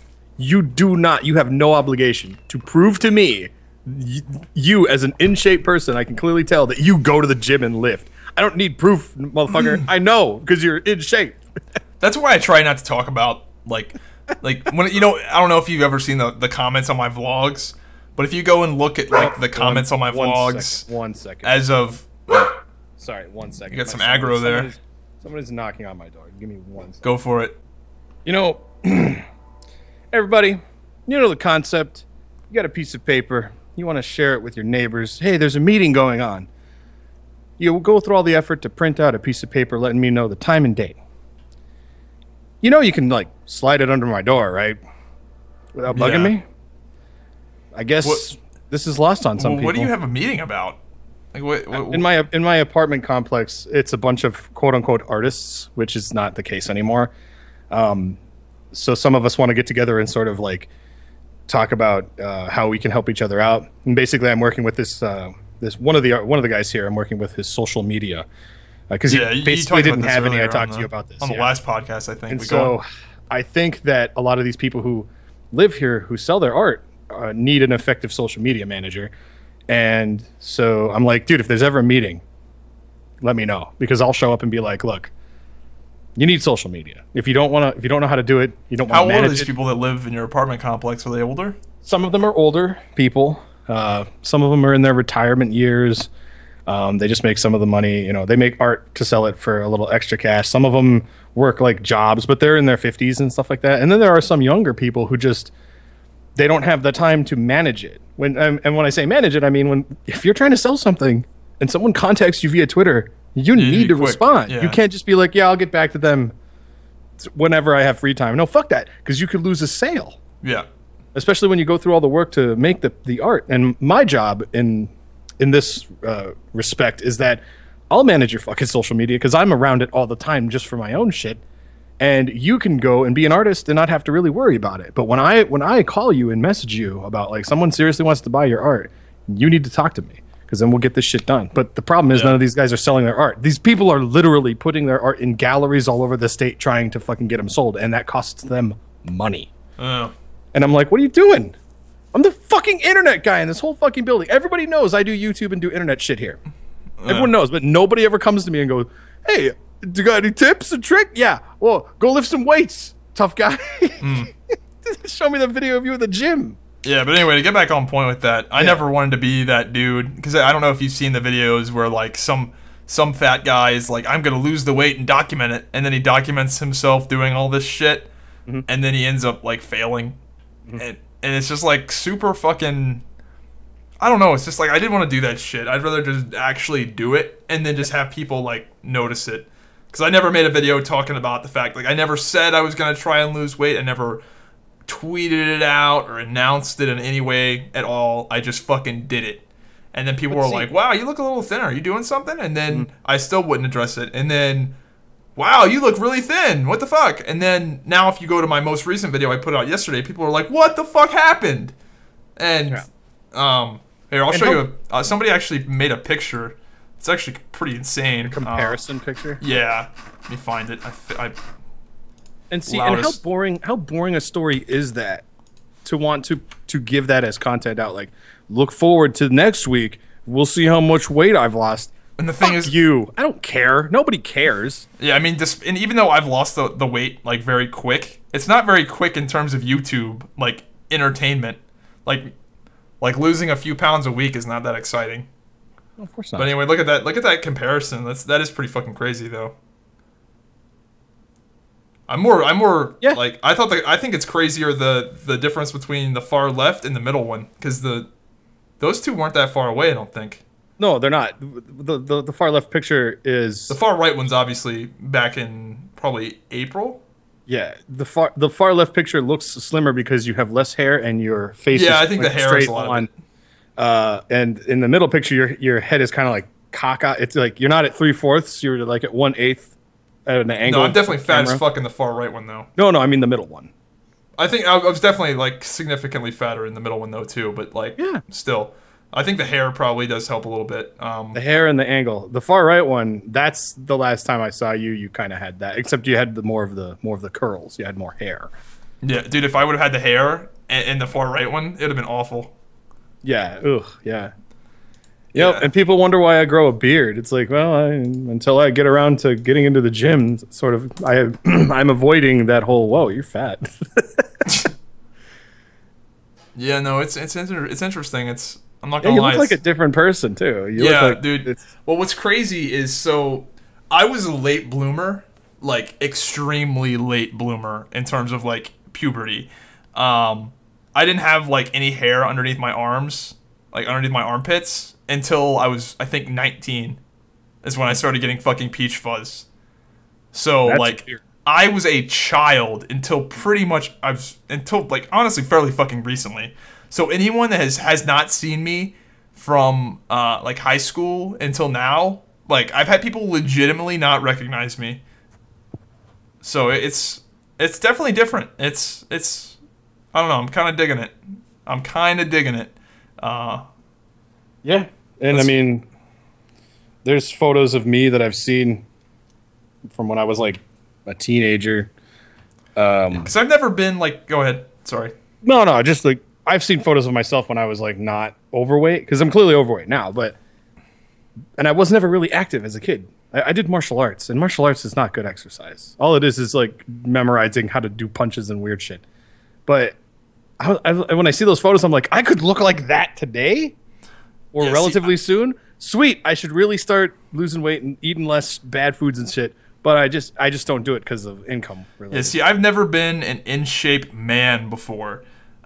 When I used to be a fucking hell of an athlete as a child. When I was 13, I was like, I don't want to toot my own horn here, but I want to say I was close to a fucking world-class athlete. Like no one could fuck with me at the child level in terms of like AAU basketball and football. Like I was a fucking beast. When I was in Little League, yeah, but the thing I was is, like the fucking World Series. Yeah, dude, I was like a fucking world beater. I'm not gonna bullshit. I was a fucking hell of an athlete for that age. But the problem is that I got fucked over by biology. I just like you can't compete when you've got the fucking child when you're a child against men. And I've never been an in shape man because I didn't turn into a fucking man until I was like 19, man. So that was really frustrating when I was playing sports as a kid, is that I went from like someone who was like cream of the crop when everyone was still children to when these other kids I was playing against got to around 14, 15, 16. They hit puberty. They got bigger, stronger, faster, and I didn't until fucking 19. And my last year of high school, I literally grew a foot. I was people don't believe me when I say this, but I was short in high school. I'm 6'5" now. I was one of the short kids in high school, and people just don't fucking believe it. And I made a video talking about this, and somebody's like, "Oh, you're a fucking pussy, blaming it on that. You just too much of a pussy." Bullshit. It's a fucking child competing against men. But to loop back around to what I was saying, I've never been an in shape man. Like I was in shape as a kid, but I've never been like a full blown like when I hit puberty, I was fat and lazy and fucking I got taller, but I was still a slob. Yeah. But to be in shape now, I'm not really super in shape now, but I'm on the fucking path to being like looking pretty good. So I'm excited for that. It's nice. Yeah, just get the GoPro out, hit the gym, make a douchey fucking video. Maybe you can mix up a protein shake. Yeah, G Fuel, or just put the protein shake in the G Fuel, man. Just put it in the G Fuel bottle. No, don't drink that G Fuel shit. You're gonna die at like age 43 if you drink too much of that G Fuel. I don't give a fuck if it's like an alternative energy. I don't take any supplements other than creatine. Yeah, and then later on you can send in your audition tape to Bajira to be on his channel and be a two hunks. Oh, see, I'm not talking about Bajira about the workout videos because he actually does like pretty legitimately impressive stuff. Yeah, like I said, it's the other people where it's just like, hey guys, I'm a gamer when I'm hitting the gym, and it's just like, oh, stop. if I can learn a thing or two from your video of you going to the gym and talking about stuff, I don't think I'll ever make a gym video. I don't think I'll ever do that because those videos are just shit. Like, who wants to watch somebody pick up shit? Like, unless it's some impressive amount of weight. Like, unless it's some, like I have seen some videos of these powerlifting dudes that, like, are doing, what are they called? Where, I can't think of the name, but where you've got your arms by your sides and you lift the weight up, like, straight sideways. Like, imagine just taking your arm, put it by your side, and then lift it straight out to your side. What are those called? I can't think of the name of them. I do them all the time, but what the fuck is that called? You know what I'm talking about? No, I can't even picture what the hell you're talking about. So, pretend you're standing up with your arms by your side. Mm-hmm. Then have like a dumbbell in your hands and stick your arm straight out to the side. Oh yeah, it works the deltoids. I don't know what it's called. Yeah. I saw a video of a dude doing that with 90-pound dumbbells. I was like, what the fuck? That's like, it's unreal. And he was cranking out like sets of 15. I was like, fuck. Yeah. Like, that's one of those videos where you watch, like, do I even lift? Like, holy shit. And yeah, and there's not enough time in the rest of your life to ever get to that level. Dude, that's like unreal. Yeah. And I mean, I've seen videos of the dudes that bench like 500 pounds and stuff, but I think that in particular, because like, that's one of those really humbling exercises that you do, where it's like, you do that shit with like I do it right now with 20-pound dumbbells. 25-pound dumbbells, which is not a lot for a guy my size. But to see some dude doing it with, what, 90? Like, fuck. That's... I recently saw, I think it was about a week or so ago, that guy who plays the Mountain in Game of Thrones. He's got like a weird Icelandic name or whatever. He broke a world record of lifting this like tree. It's like, it was always like, it's like this tradition where he's from to try to lift this tree. So it's a tree that's been cut down and set on these like metal. That's some fucking next level shit. When you're so strong, crazy. You have to start like lifting up trees. Yeah, I don't remember the amount of weight. So you just. But it was insane. It's like, we're gonna do this. Let's do the. Oh yeah, his name is Hafthor Bjornsson. What a name, Hafthor. That's his real fucking name too. I looked it up. His parents must have just known he was going to be a beast. Just like, Hafthor. Dude, those Icelandic motherfuckers are huge. 640 kilograms is how much it was. So that's apparently my ancient ancestors are Nordic from around that area, so that's probably why I'm such a big me fucking too. Dude. We're Vikings. Yeah. I unfortunately live in the environment of Vikings, which sucks. Yeah, fuck that shit. 1,410 pounds is how much this guy. And all he had to do was put it on his shoulders and lift it and move it a little bit. And he moves it just like a fucking inch, and everyone went nuts. They're like, holy shit! Because it's been 1,000 years since anybody's been able to move that much weight. That's fucking like, insane. Yeah, you cast him in your TV show because he's insane. Yeah, those dudes, that's crazy, man. Like, I'm a pretty big dude, but I'm not actually that strong, I feel like, for my size. Like, I feel like I'm actually, like, a weak bitch. But, I don't know if you've ever, like, worked out in any capacity and seen, like... Dude, you know those, like, random small dudes that are just, like, strong as fuck, and you're sitting there like, what is going on with this guy? Like, or they just do, like, incredible amounts of weight for their size. And I'm sitting there like, I'm sitting here, I got like 50 pounds on this dude. I'm like, shit, I can barely do that. And this dude is like crushing it. Yeah, my friend Ken was like that when we were younger. Very small, compact, but that guy can lift things and do all this shit where you didn't think you'd be able to. No, I lifted weights a lot in like my high school years, but I never took a class on it. So for about 2 years, I'd go to the YMCA after school for like an hour each day. And I would just... At first, I was like, well, I don't know what I'm doing. Dum-de-dum-de-dum. And they're like, you can't wear jeans in here. And I was like, okay, cool.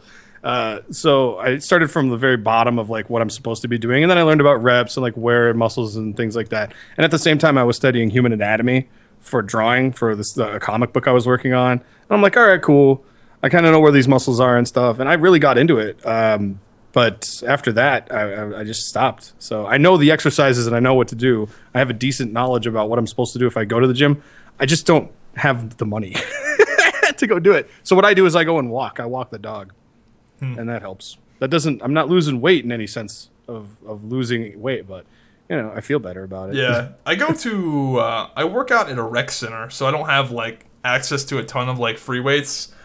There is a free weight section, but it's like there's so many fucking people there that I like what I do is I bought a set of dumbbells.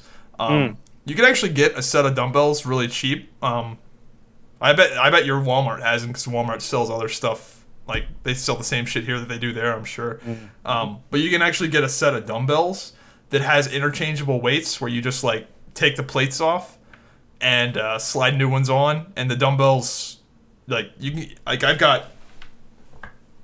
I mean, you might have to spend like $150, $200 to get a whole bunch of like different weights to like change them out up to like right now. I think I've got dumbbells that go up to like 120 pounds if I put all the big plates on there, and I've just been doing that primarily, and I just do like push-ups and sit-ups and shit a lot too. Do you remember Bowflex? Yeah, my dad's got one. Okay, so there was a point in time when the people who make Bowflex, they made a product where it's those dumbbells. Are sick. Yeah, those are so expensive though. Yeah, I saw that and I was like, that's a cool ass product. But this was 5-6 years ago, so I'm like, I don't even know if they still make them. Oh, they do. They do. They're so expensive though. You have to lease them for crying out loud. They're like $2,000 or some shit. Those are cool as fuck. Man, I wish I had some of those. Because switching out the weights with this is a pain in the dick because you got to unscrew the two like metal screw things that hold the weight plates in, and then put the new ones on. It is kind of a pain in the dick. Where's the Blowflex? I would buy that too. Blowflex. Those are cool shit. I was actually thinking about buying them, and then I looked at the price and I was like, fuck no. Let's see how much they are. I think they're like over $1,000. There's always a cheaper alternative, by the way, to this kind of thing. I think they've got some patent. I think they have some sort of patent. I don't think there is because I've never seen them. Also, Bowflex, adjustable. Oh, these are way cheaper than they used to be. Way more expensive than this. Maybe I'm looking at. Maybe these aren't the ultimate ones. These are only $300. I mean, that's still expensive. Oh, they used to be $550. But you got to get them shipped, and the shipping is like another $500 probably because it's that much weight. Can I? Speaking of cheaper alternatives, I'm going to bring this up, and I want to know what your opinion is of it, because I am now convinced that there is a true, actual competitor to Razer now that has competent products that are affordable. And I know we've talked about this in the past. I'm not a huge Razer fanboy. Well, no, we've talked about how I like the Naga, and then you had a mouse. It was like I have a few Razer products, and I'm mostly not that impressed with them. Right. But I've got this keyboard with their like patented orange switches that I actually really enjoy. So I don't like universally shit on them.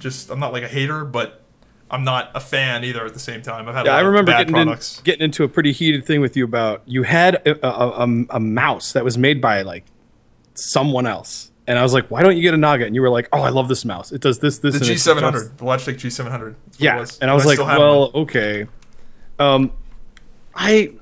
Recently Ken was over a couple of nights ago, and I was pissed. I was pissed because we did a thing where he was playing Rocket League. I was here live on his stream. Really great, cool thing that I'd never been able to do before. And I made a video saying, like, look, if he gets 20 new followers, he will play Five Nights at Freddy's 4, and he'd never played it before, and it was on sale for like $5 or something. That happened. We did that. It was great. None of the fucking stream was archived because it's a brand new channel, and I forgot that you have to click that little text box. That is super. So I got pissed. So anyway, we had to go shopping for a microphone for him because he didn't have a mic because he brought an iMac.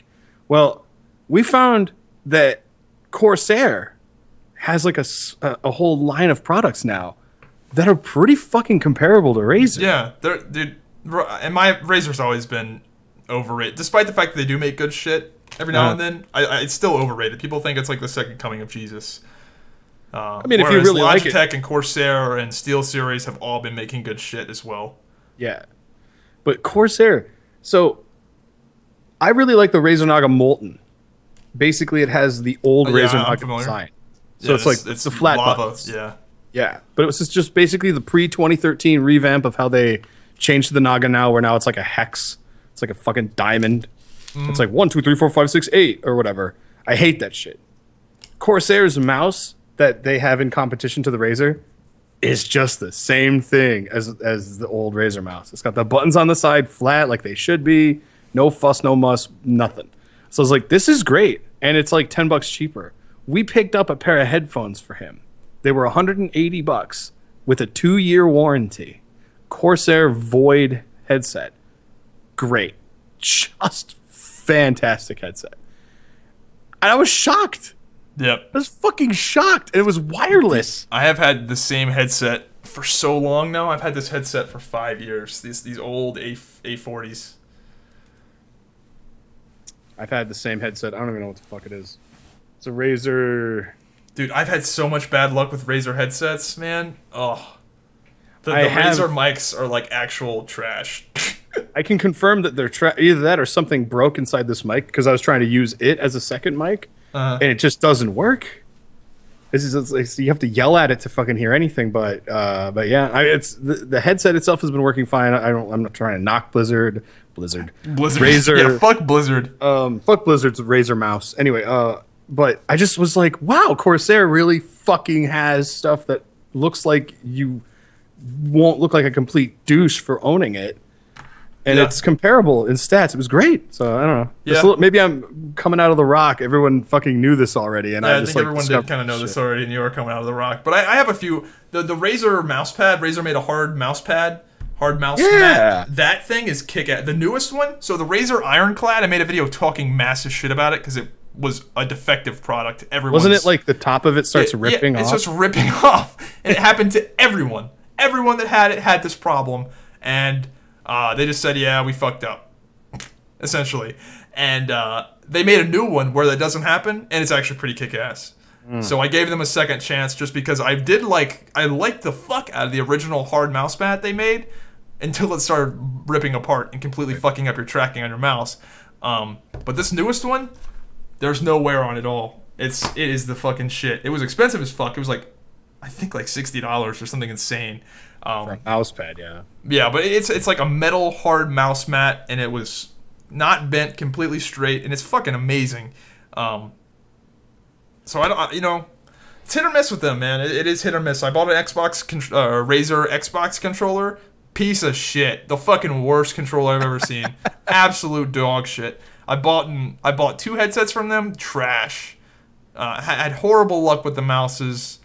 I bought a Razer Naga and I sent it to a fan who won a giveaway, and it was fucking broken out of the box. Like, it's just yeah, dude.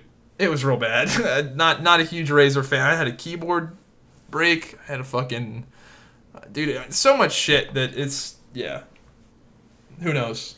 I'm looking forward to their PC, their concept PC that they've got. The concept, it is a cool concept, but it'll probably be like $10 billion fucking dollars. It will not be consumer laptop, but having what do you mean, the Razer Blade? That's completely affordable. Yeah, I made a video talking shit about that whatever 4 years ago. Yeah. It's still the same price today, by the way. Nothing's changed. Yeah, it's so stupid. And it's trash. Like, it's so funny when I see people. I'm gonna out Game Grumps on this, but like whatever, they just get free shit because they're so popular and stuff. They have like 3 Razer blades in their office. They don't use them for anything. They're just there, and I'm like, what the fuck? Why do you have that, dude? I have to piss so bad. I will be right back. I'll edit this out. All right, so Game Grumps have a bunch of Razer blades. Sorry, that's all right. It's like when I see them in videos, I'm just like, you did not pay for that. Come on. Yeah, it's just like, I mean, it is cool, a cool concept, but you just don't. The performance isn't there. If anyone is actually looking for a gaming laptop, I highly recommend Sager, Sager, Sager Notebook. I think they're still around. That's the gaming laptop I used to have when I used to have a laptop because my home life was awful and I hated playing video games at home. I would recommend that. The performance is pretty sick. It is not a very sleek looking laptop. It's a laptop that's going to weigh probably about 15 pounds, but the cooling is good and the performance is good. So it's essentially a portable desktop, but it's not one of those sleek iMacs that's really light or anything, so don't get your hopes up in that regard. But if you actually want to play video games on it, it's good. So, shit. Are we going to talk about peripherals anymore, or is that, peripheral stream? No, I just wanted to make mention of that, because Corsair, like, it wasn't so much the product. The products were probably really good before I noticed them, but aesthetically they drew me in. I was like, whoa, yeah, I think Majura cool. is actually sponsored by them in some way. I think it's Corsair. I saw some picture of him wearing some headset. It looked like it was like professionally taken, so they're probably getting into it. I know they used to make. I think we got a Corsair case for both of my computers. So, yeah, they've been around for a while. So I don't know if they might not have been making peripheral equipment for that long though. Anyway, you wanna switch topics? Yeah. So here's a topic this is kind of a sad fucking statement, but apparently 62% of people have less than $1,000 in savings. I believe it. That's insane. That's a pretty crazy statistic. I just remember reading that and I thinking like, wow, that's fucking crazy that like that many people live like that close to the edge in terms of like if they lose their job, they're fucked, or if they have some crazy emergency happen, like they're fucked. Yeah, no, I mean, I've heard of it many a times. And it sucks. I mean, it really does, because $1,000 to a lot of people is like, that's a lot of fucking money. So yeah, $1,000 to me is still like a lot of money. Like I wouldn't like if I had $1,000 taken from me, I would be very upset.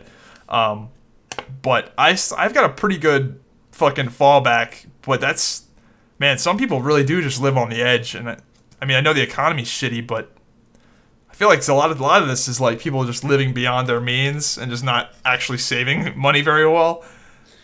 Because that's really high. 62%. Yeah, that's a large percentage of the population. Like a lot of those people have jobs that pay well, and they're just like really irresponsible. This kind of thing is really hard to expound upon from my perspective, because I understand that there are people out there who wanted to have a family, so they have a kid, and they got to pay for a home, and they got to pay for food for everybody. And then they have to try and save some money up, after paying for your fucking car insurance, your health insurance, gas, car repairs, shit like that. You and I are in a position to where, yeah, we could save money. I mean, especially you, since you've got a job. But it's so hard for some people. And I totally relate to that. It's like, but you can always take it back and go, well, you didn't have to have a kid.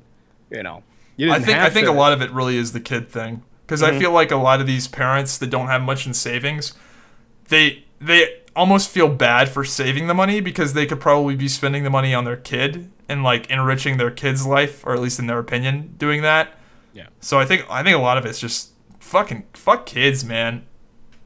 Fuck having kids. I really don't think I'm going to shift on that issue. Like people always say like, oh, it changes when you get older. Well, I've been getting older every fucking year, and every fucking year I want to have kids less and less. Yeah. I don't think it's gonna fucking happen, man. I strongly considering that fucking procedure. Having a child fucking terrifies me. Everyone says that for women it's like a biological clock thing, and I think like that might be true for women. I don't think it's there for guys. Like no. My friend Ken, he's always wanted to have a child, whether it's a boy or girl. Always. Ever since we got out of high school, he's like, my next thing is I got to get a baby. And I'm like, all right. And he's tried. And fortunately for him, he's doing it the smart way, where it's like planned. He found the right lady. He's got a job. He's doing everything he can. But you got to think of some of these people like, oh, whoops. Dude, sex makes children. It's insane. Whoops. And now you're fucked. Yeah. Unless you choose to get an abortion or you give the kid up for adoption, but then that's how I feel. If you don't have $1,000 in your savings account, I kind of get why you might not. But I mean, it's not so much that I can't. It's not that I can't believe that people don't have $1,000 in their savings account, because I know people have been broke. I've been broke. I understand, like, if you don't have a job, you're not gonna have, like, there's a good chance you don't have $1,000 in savings if you haven't had a job for a while.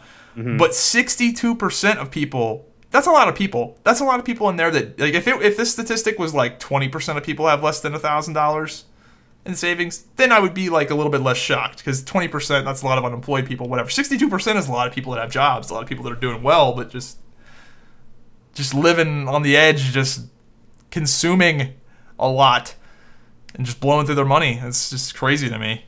Yeah. I guess I save... If you have money to blow... I basically, the way I'm trying to explain this is that for the last decade of my life, I have never been able to save any money. Every job I've ever gotten paid absolute shit, or it was seasonal to where every bit of money that I made, I had to save it and use it to survive until after winter was over or anything like that. So that's been my life. When I saved up to go to BlizzCon, and I had physically $1,000, $100 bills, I felt like a god. You know, I felt like holy shit, because I'd never physically held that much money in my life ever. And I'm glad that I have those life lessons of, like, knowing that when you live on very little, this is what's going to happen. And, like, because I was just humbled to have that money, to be like, I can go do a thing I wanted to do. Granted, it took 9 months to save up enough to get to go to BlizzCon, but still, like, I've learned those lessons. So yeah, that's how it's shocking to me when you say 60 something percent of people don't have that money. It's like, how do you not, man? What are you blowing your money on? Yeah, that is fucking ridiculous. Here's like a piece of dad advice, okay? Don't buy something that you want right away. Wait about a couple of weeks, and if you still really fucking want that thing that you're probably going to dump a couple $100 into, if you still really want it, then buy it. Don't buy it right away, dude. I never buy anything for myself. I like Kamen Rider stuff. I like Tokusatsu Kamen Rider shit, which is weird Japanese Power Ranger weird shit that, like, I'm not going to try. Well, you know what I'm talking about. But I buy one of those for myself maybe once a year, and I haven't bought one of those for myself in 2 years. See, I think I'm in a bit of an advantageous position, just because my hobby pays... I make money with my hobby, so a lot of the money that I would be spending on like video games and shit that is, you know, would just be the things I'd be wasting money on, that is a business expense. So not only is it a tax write-off, but I also make money from it. So, like, I don't have, like, a whole, like, I'm not, like, into motorcycles, and I'm not spending a lot of my disposable income on motorcycle shit and not making anything off of it. Like, with me, I'm able to spend money on video games, but I make more money playing them than I do spending on them. So I guess I don't have, like, a big hole there. But I feel like I'm very smart in terms of saving money, because, like, there was a time period when YouTube was paying out super hot. Like, back in 2010, when no one was ad blocking and the ads... You know, everyone was watching on PCs, and there wasn't mobile views that didn't count for shit, and you actually got paid for all the views. Dude, there was a time period I was making a lot of fucking money. Well, not a lot, but, like, a lot for a fucking 15, 16-year-old. And I saved all that. Because I knew, like, that when summer was over and all the kiddos went back to school, and if World of Warcraft died down, I just knew it wasn't going to last, so... Speaking of ad blog, I saw an article earlier this week that said the next Mac operating system for mobile devices, iOS 9, is going to come with, like, a proprietary ad block, like, installed on it, because apparently Macintosh thinks that there shouldn't be invasive ads on the internet, that's a bad thing, that ads are always popping up. And so obviously, and I mean across the board, this is like the phone will not show you ads. Not just like Safari, but the phone itself will block all ads. So you have these publishers of games like, say, Candy Crush or whatever, and they're basically going, hey, that's how we make money, you fucking retards. And apparently, this is just one or two people's at Apple saying this. Yeah. And it's like, this might happen. This is a thing we're thinking about. And it's like, bwomp, bwomp, red flag. Don't even think about it. Are you so stupid? Yeah. Well, see, the thing is like if they'll just find a way to make the ads not blockable, they'll just integrate it into the game or into the content. Like, it's gonna happen either way. Like when ad blocks started getting popular with YouTube, you started seeing more. Like, you see tons of videos now where there's product placement. You know what I really the Razer feel? Blade laptops. Like, I feel it's gonna, really, yeah. I feel really bad for those people that, and I know why they do it, and it doesn't annoy me, but it probably annoys many people. People who have to put like their name on their videos constantly, like in the corner of the screen, because of this bullshit fucking faggots who take it off of YouTube and put it on Facebook and they get paid. Yeah.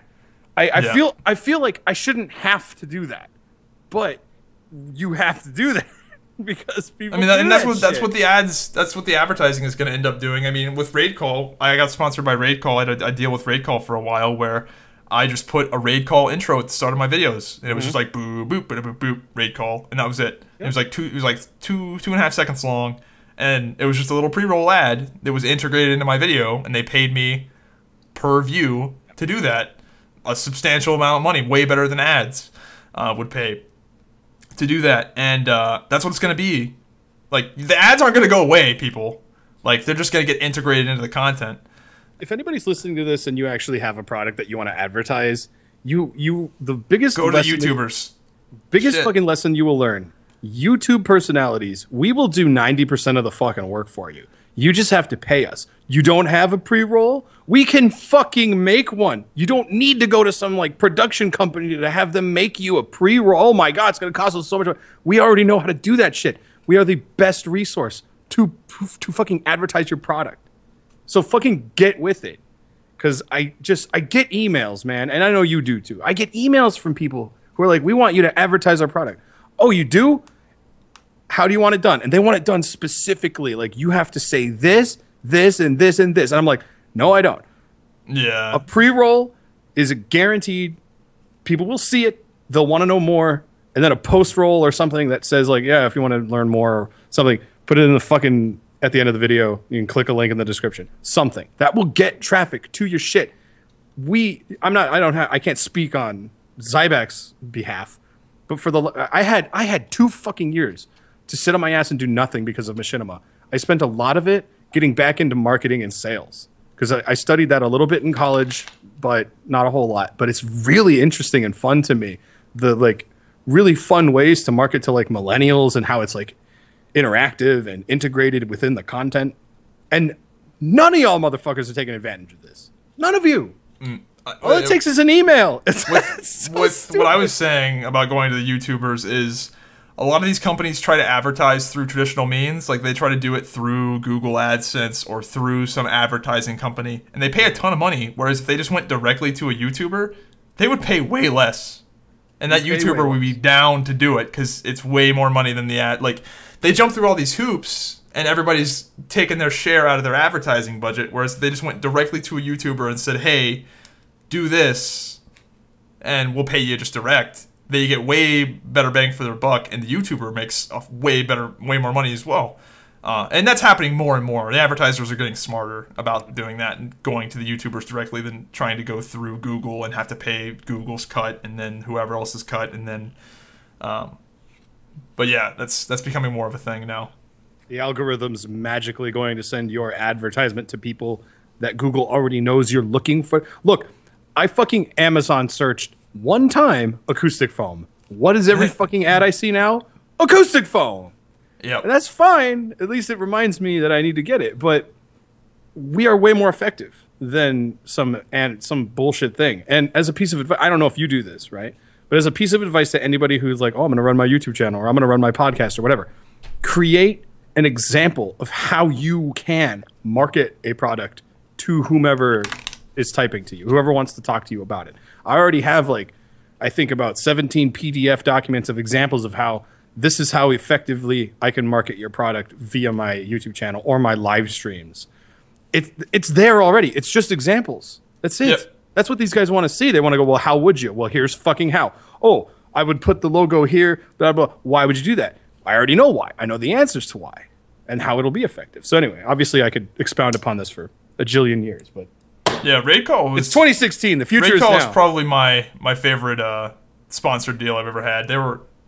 They had a product that they knew was good, and all they had to do was just let people know it existed. And you weren't were the like, only "What one is Raid Call?" And then they went, "Oh shit, this is amazing for VoIP chat on a large scale," and it's that's their fucking thing. And you probably weren't the only person running that campaign. No, it was like all of the when Dara McTire was real big. It was like a lot of the personalities. Yeah. Swifty was on it. I was on it. A lot of the WoW people were on it for that period of time. But they just said, "Hey, if your video gets 20,000 views, then we'll pay you out whatever." I'm not gonna say the rate, but we'll pay you the rate for 20,000 views. And I got worried because like I had a real good month, and I was like, "Shit, they owe me like thousands of dollars," and they paid out, and they were really happy with how well it did. And then they did it for another few months. Like the initial deal was only for like 3 months, and they said, "Hey, we're gonna do 3 more months of this." I mean, and why do you think these guys get affiliate links for like Crunchyroll and whatnot? I mean, if I like anime, I'll fucking watch anime. Guess what, nerds? I fucking like One Punch Man too. I don't need to sell out like a bunch of faggots putting One Punch Man in their thumbnail. They don't even watch this shit. I've seen this shit. I have a subscription to Crunchyroll. It's not like mine, but you know, a friend of mine lets me look at his Crunchyroll. Would I fucking do adverts for Crunchyroll? Yeah, in a fucking heartbeat, because I love the product. The service is great. Yeah. But, you know, I mean... I don't think Netflix does the promotion stuff anymore with their coupon code. I always wanted to get a Netflix one, because... Yeah, I think Netflix is... I think Netflix is mostly... I think it's mostly an obvious fucking thing. Like, everyone knows about Netflix. When Netflix was on the up and up, though, having that coupon code for Netflix, you could make so much money with that. But you had to apply for it, and I was a small-time dude at that point. I'm still trying to figure out how to get the Amazon affiliate link. It's evading me. Like, trying to figure out... Yeah, I've heard that one is... You have to jump through some hoops for that one. Yeah. But it's whatever. I mean, I don't know. It's such a smart way to advertise, and not a lot of people are doing it. Even with smaller channels. I mean, shit. Smaller channels, you don't have to pay them that much money. Yeah, it's that simple. But you want to give them $200 to run a campaign for a month on your channel? They'll be ecstatic, especially if they like the product. I mean, shit.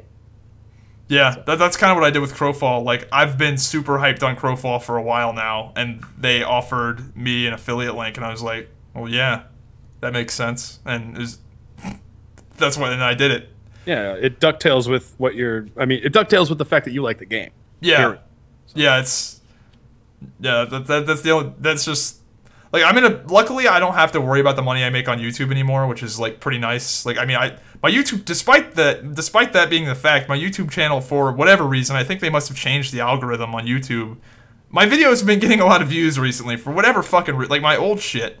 I got close to like 900,000 views last month or some shit, and I didn't make that many fucking new videos, so whatever. Yeah, I like that I don't have to like worry about accepting like sponsored deals that I maybe wouldn't want to do, and you have like a very mass variety of videos that are on your channel. Yeah, it's all. I have so many fucking videos that you've got what I call stumble upon videos, where people will stumble upon, say, like it was like the Let's Plays of like the games or whatever. It's like fucking every scene of a game, or you know, there's very little commentary, but it's like you're playing it, you beat the game to completion, and here's like a 20-part series. They stumble upon that, and they go, oh, cool, I'll watch all of these. Yeah, I wish that you could see the analytics for the videos that they get like 30 views a month, because I know with like analytics, you can only see the top 20 videos or something like that, or top 50 or something like that. Mm-hmm. Yeah. But I'd be curious to see like just the few that get like 50 views a month, because like it doesn't really make sense. Because my channel, like, if you look at my channel, you'd be like, yeah, probably not doing that well, because I've got, you know, some of my videos get a few thousand views here and there. But most of them's like 2,000 to 5,000 to sometimes 10,000. So you wouldn't expect my channel to be getting, like, tons of views per month, but it does just because I have so many fucking videos. And, I mean, I guess 900,000 isn't a ton of views, but you wouldn't expect it to be 900,000 when the podcast will get like 2,000 or, you know, 3,000 or 4,000 or whatever. But I think it's funny because there's some channels they put out videos and all their videos get like 20,000 views per video, but you go and look at their Social Blade and they only get like 200,000 views a month because their videos just die the second like the week is over or whatever. If that makes sense. Yeah. Whereas my videos are pretty long tail. Like they get viewed. I guess for whatever reason people like to watch them even if they're old. Mm-hmm. Yeah, because well, they're there. They're an experience, you know. And yeah. then there's like every vlog you've done, you know. It's like that. It's like it's kind of like how I describe it to people when I say like a Fast You Fail Boat works on that level, but like unsuccessfully, because just because it's there doesn't mean people are going to watch them all. Whereas, because my life is fucking boring. So, but there are some vlog videos that I have that get hit like all the time. Like we dropped, was it me and my friend John? We were doing Molten Core, and I dropped the Eye of Sulfuras. Well, he got it. I didn't win the role, so he won it. So that's like the title of the video is like dropping Sulfuras, doing all this, and they get views. But then they get a lot of comments like, "This is a vlog video," like because it is a vlog video. It's like the middle of the day we're playing BAM, you know. So beginning and the end are like vlog related shit. But it's like one of the most viewed things because of the stupid title and the thumbnail. Yeah. YouTube workshops with Dante and Zyvac. Oh, this is actually a new topic. I'm just going through my topic list here. So this was on, I don't remember where I read this, but brain scans have shown that compulsive gamers have hyper-connected neural networks. So gaming legitimately changes your brain's makeup. I've heard of this. Yeah, and I think there is some truth to that because I feel like in a lot of ways my success in gaming has made me better in some aspects of my life. Like I think of things like with my coworkers that aren't like hardcore gamers, like they just don't think of things in the same way as I do. Not to say I'm like smarter or anything, but I have like a different mindset than some people on that. Go on. Did you have anything you want to say? It sounded like no. I had heard about this and I was just like, okay. It's all about you train an aspect of your brain to react a certain way, and yeah, you're doing that all the time now. I mean, like, look, if you wanted to be like a Marine, and prior to joining the Marines, you are physically active and you're practicing all this stuff so that you can make it through the boot camp, and then you go through the boot camp and you get conditioned to be like this super soldier. That is the same damn thing as playing video games. I mean. That's why when I sit down with my friends who are like, "Oh, I'll kick your ass in this game," and I'm like, "How often do you play video games?" "Oh, very, very little, but I own an Xbox and a PlayStation 4." And it's like, okay, and I kick your ass in some game. It's because I'm the one sitting down for a majority of the time of each day, playing. Meanwhile, you're jogging or whatever. Yeah, I think a lot of it, like, let's say it was a brand new game that you've never played before. Like you would be quicker at learning that game than somebody that doesn't play. Like that's what I mean. Like I don't think it particularly makes you smarter, but it makes your brain work in a different way to where you can pick up a video game that's brand new and just like it'll click for you a little better. But my experience with this is when I played WildStar, I was in the world first raiding guild in the game, Enigma, which was the #1 guild in the world, full of like badass players, like really good, and these guys were really, really smart when it came to the game. Like we'd pull the boss one time and they would pick up on a million different mechanics. And the thing is that when you're raiding at the highest level, there is no strategy to go off of. There is like we were the first people to kill these bosses, so we'd pull the boss like to see what the fuck happens. And these guys could just pick up on just these mechanics and subtleties in the fight, and they'd break down the math and do all this like really incredible shit, and they were great players. But they were like autistic. Like they were brilliant, like so smart in this one aspect, but they were like autistic as fuck when you talk to them about anything else. Right.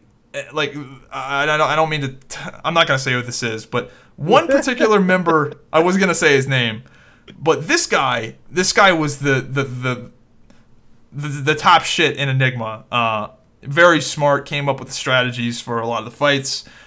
Very good at like mathing things out and saying we need this much DPS and we need everybody to do this blah blah blah blah blah. Everybody did get this, and he would just break down all these numbers, and he was just one of those fucking people that could do that shit.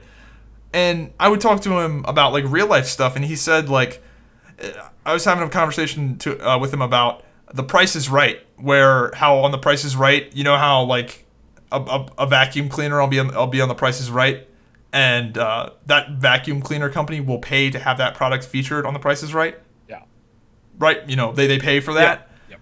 He could not believe that that somebody would pay money to have their product on The Price is Right. He's like, no, they just give them the product. They don't pay any money. It's like, dude, no, they pay money to get their product on The Price is Right. It's about brand integration and product placement. He's like, no, dude, there's no way they do that. And he actually argued for this. Like, I argued against this fucking guy for like 30 minutes before I just gave up. And he was legit. He wasn't trolling me. He legitimately thought that there is no way in hell somebody would pay money and also give the product for free to get it on The Price is Right. He thought they just gave them the product and that was the agreement. Right.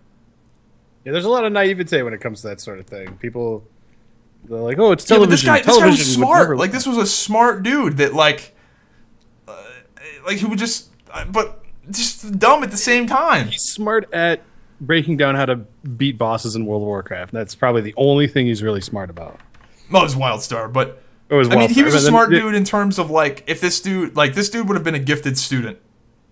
I'll say that. Oh, I know what you mean by gifted. Like, you know what I'm saying? No. I mean, like, he would have been like, he's one of those fucking math dudes he's a smart dude, but just dumb at the same time. He's like book smart but retarded. You know, like no common sense. I've known some people. It's a very weird thing. And in Enigma, there was a lot of people like that were just really smart, but just dumb as fuck at the same time, and I just could not believe it. Oh yeah, I wrote this down in my notes. Autistic savants. That's what they were. They were like the fucking autistic kids that could play the piano really well, but they just did it with WildStar in video games. Yeah. It was a really strange thing. I don't know where I was going with that. Yeah. Shout out to our Canadian friends. Hopefully you didn't die in the earthquake. What, that just happened? No, this happened earlier this week. It was a 4.4 magnitude earthquake near Vancouver. Huh.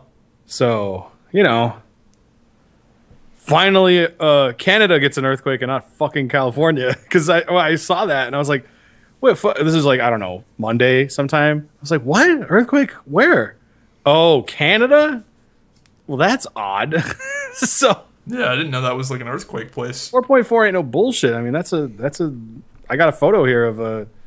Yeah. Not, unfortunately, I can't link it, but I have a photo here. Doesn't Japan get like 8s? Doesn't Japan get like 8s?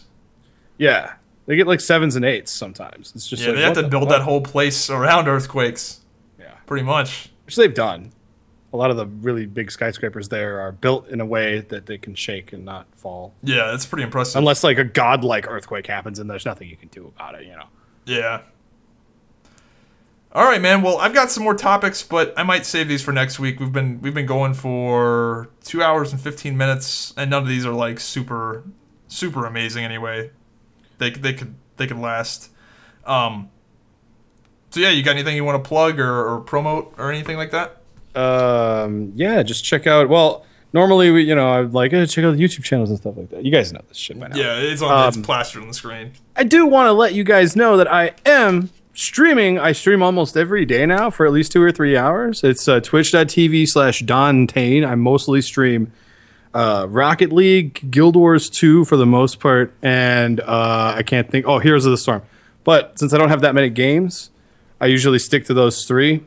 But I've had a bunch of you guys come over to my stream from just seeing the podcast, and you guys are like, oh, this is really great. I didn't know you streamed. So somebody wanted me to mention that. They said, you should mention that. And I'm like, all right, cool. So now you guys know where to go. And if you're from the podcast and you're not lurking, because I've understood this now. If people lurk, it's fine. Let people lurk. Don't always. One of my problems was I was trying to interact with as many people as I could in the chat. And it was were you going on the viewer list and like, hey, you haven't said anything. What's up? Well, I would say like, hey, I haven't seen you before. Welcome to the stream. how are you doing today, or something. Like, I would inquire, and then they would leave. So now, if I see somebody's name that I've never seen before, and this isn't something I'm constantly doing in my stream. It's just when in between breaks, or when I feel like taking a break just to chat or get up to. That's a weird thing, that shyness still, like, it doesn't get lost in translation even across the internet. Like, typically you'd think people could only be shy, like, in real life. Reddit has this thread that's like, list things that make you want to leave a stream, and one of them is being put on the spot. So what I used to do is I used to give an inquiry. Now I don't. I just say, hey, I've never seen your name in the stream before. Welcome. Hope you enjoy it. And that's it. And a lot of them stick around. So that's cool. Yeah, I just think that's like such a weird human thing, that because there's like no reason you should be shy on the internet. It's just like typing in a chat room. They have no idea who you are. Like, yeah, it's like, it's just weird that I'm not saying that you're wrong if that's the case for you, because I've felt it a little bit as well. It's just weird. Like, it's just like one of those weird mindfuck things that is strange. Yep. And another example of like what they talked about on the article and on the Reddit thread was some people like watch a stream on their Xbox or their PS4, and they can't. Typing back is like a fucking pain in the ass, obviously. But they have it up while they're doing chores or cleaning or cooking or whatever the fuck, kind of like with our podcast. Yeah. But it's just I'm not saying I'm guilty of this, but some people will be like, hey man, you have no choice but to interact with me. I'm calling you out. I don't do that. I've never done that. Yeah, that's a horrible idea. But with a little short inquiry, I'd see people leave, and I'm like, well, maybe just fucking don't ask them a question, because then they don't want to talk. They just want to enjoy. And it's like, meh, fine. But I do like seeing new people in the stream that I haven't seen before. And if you've caught it from the podcast, just, if you feel like saying hi, mention it, because there have been about like 30 or 40 people who've shown up and they're like, I love your guys' podcast. Actually, 2 days ago, somebody came in and they're like, where's Zyback? And I was like, it's not Friday. Plus, we don't do the podcast live yet. And they were like, oh, you don't? Like, they didn't know? And I was like, all right, whatever. Yeah, we don't do it live. Fine. Just being friendly with them. But yeah, I've been enjoying streaming. I have to get a better graphics card if I'm going to continue streaming in the future. I fail because a GTX 460 NVIDIA is not cutting it. That is fucking old. Yeah, I can't even play Just Cause 3. Holy shit. That is an old fucking graphics card. We're talking about saving money and living on the edge and on the brink or whatever. Yep. I have only 8 gigabytes of RAM and that card. And some people are like, holy shit, how do you even play this game? It's like, I don't know, man. But yeah, Just Cause 3 it's pretty rough basically for recording as well. It is rough. It's rough for streaming. It puts a lot of the graphics card not really picking up as much weight as it can. Really puts a lot of strain on the processor, which makes the streams look a little bit less quality. But still, I was really glad that I could play Fallout 4 even. Yeah. So, but looking forward to getting a new graphics card and stuff like that. So again, just check out the stream. I just wanted to put that out there because I love you guys. You guys are great. Yep. Well, I think people are enjoying it, and I didn't know that many people would come over from the podcast to your stream, but that's cool. I don't have anything I want to promote, so cool. Rodeo brand paper towels. Anyway, yeah. I guess that's it. Hope you guys enjoyed Hive Mind number 7, right? 7? Yeah, 7. 7. It's not the perfect 10 Ty Dillinger. We'll get there. Yeah. We're at 7. All right. Well, anyway, hope you guys enjoyed it, and see you next week. Yeah, see ya! This is Chad from ISIS. Whenever Chad's not busy terrorizing the free world, he's watching YouTube videos and not leaving likes or comments. Don't be like Chad. Leave a like and let me know what you think of this video in the comments down below. Also, be sure to subscribe, or you might as well just fly off to Syria and join ISIS yourself.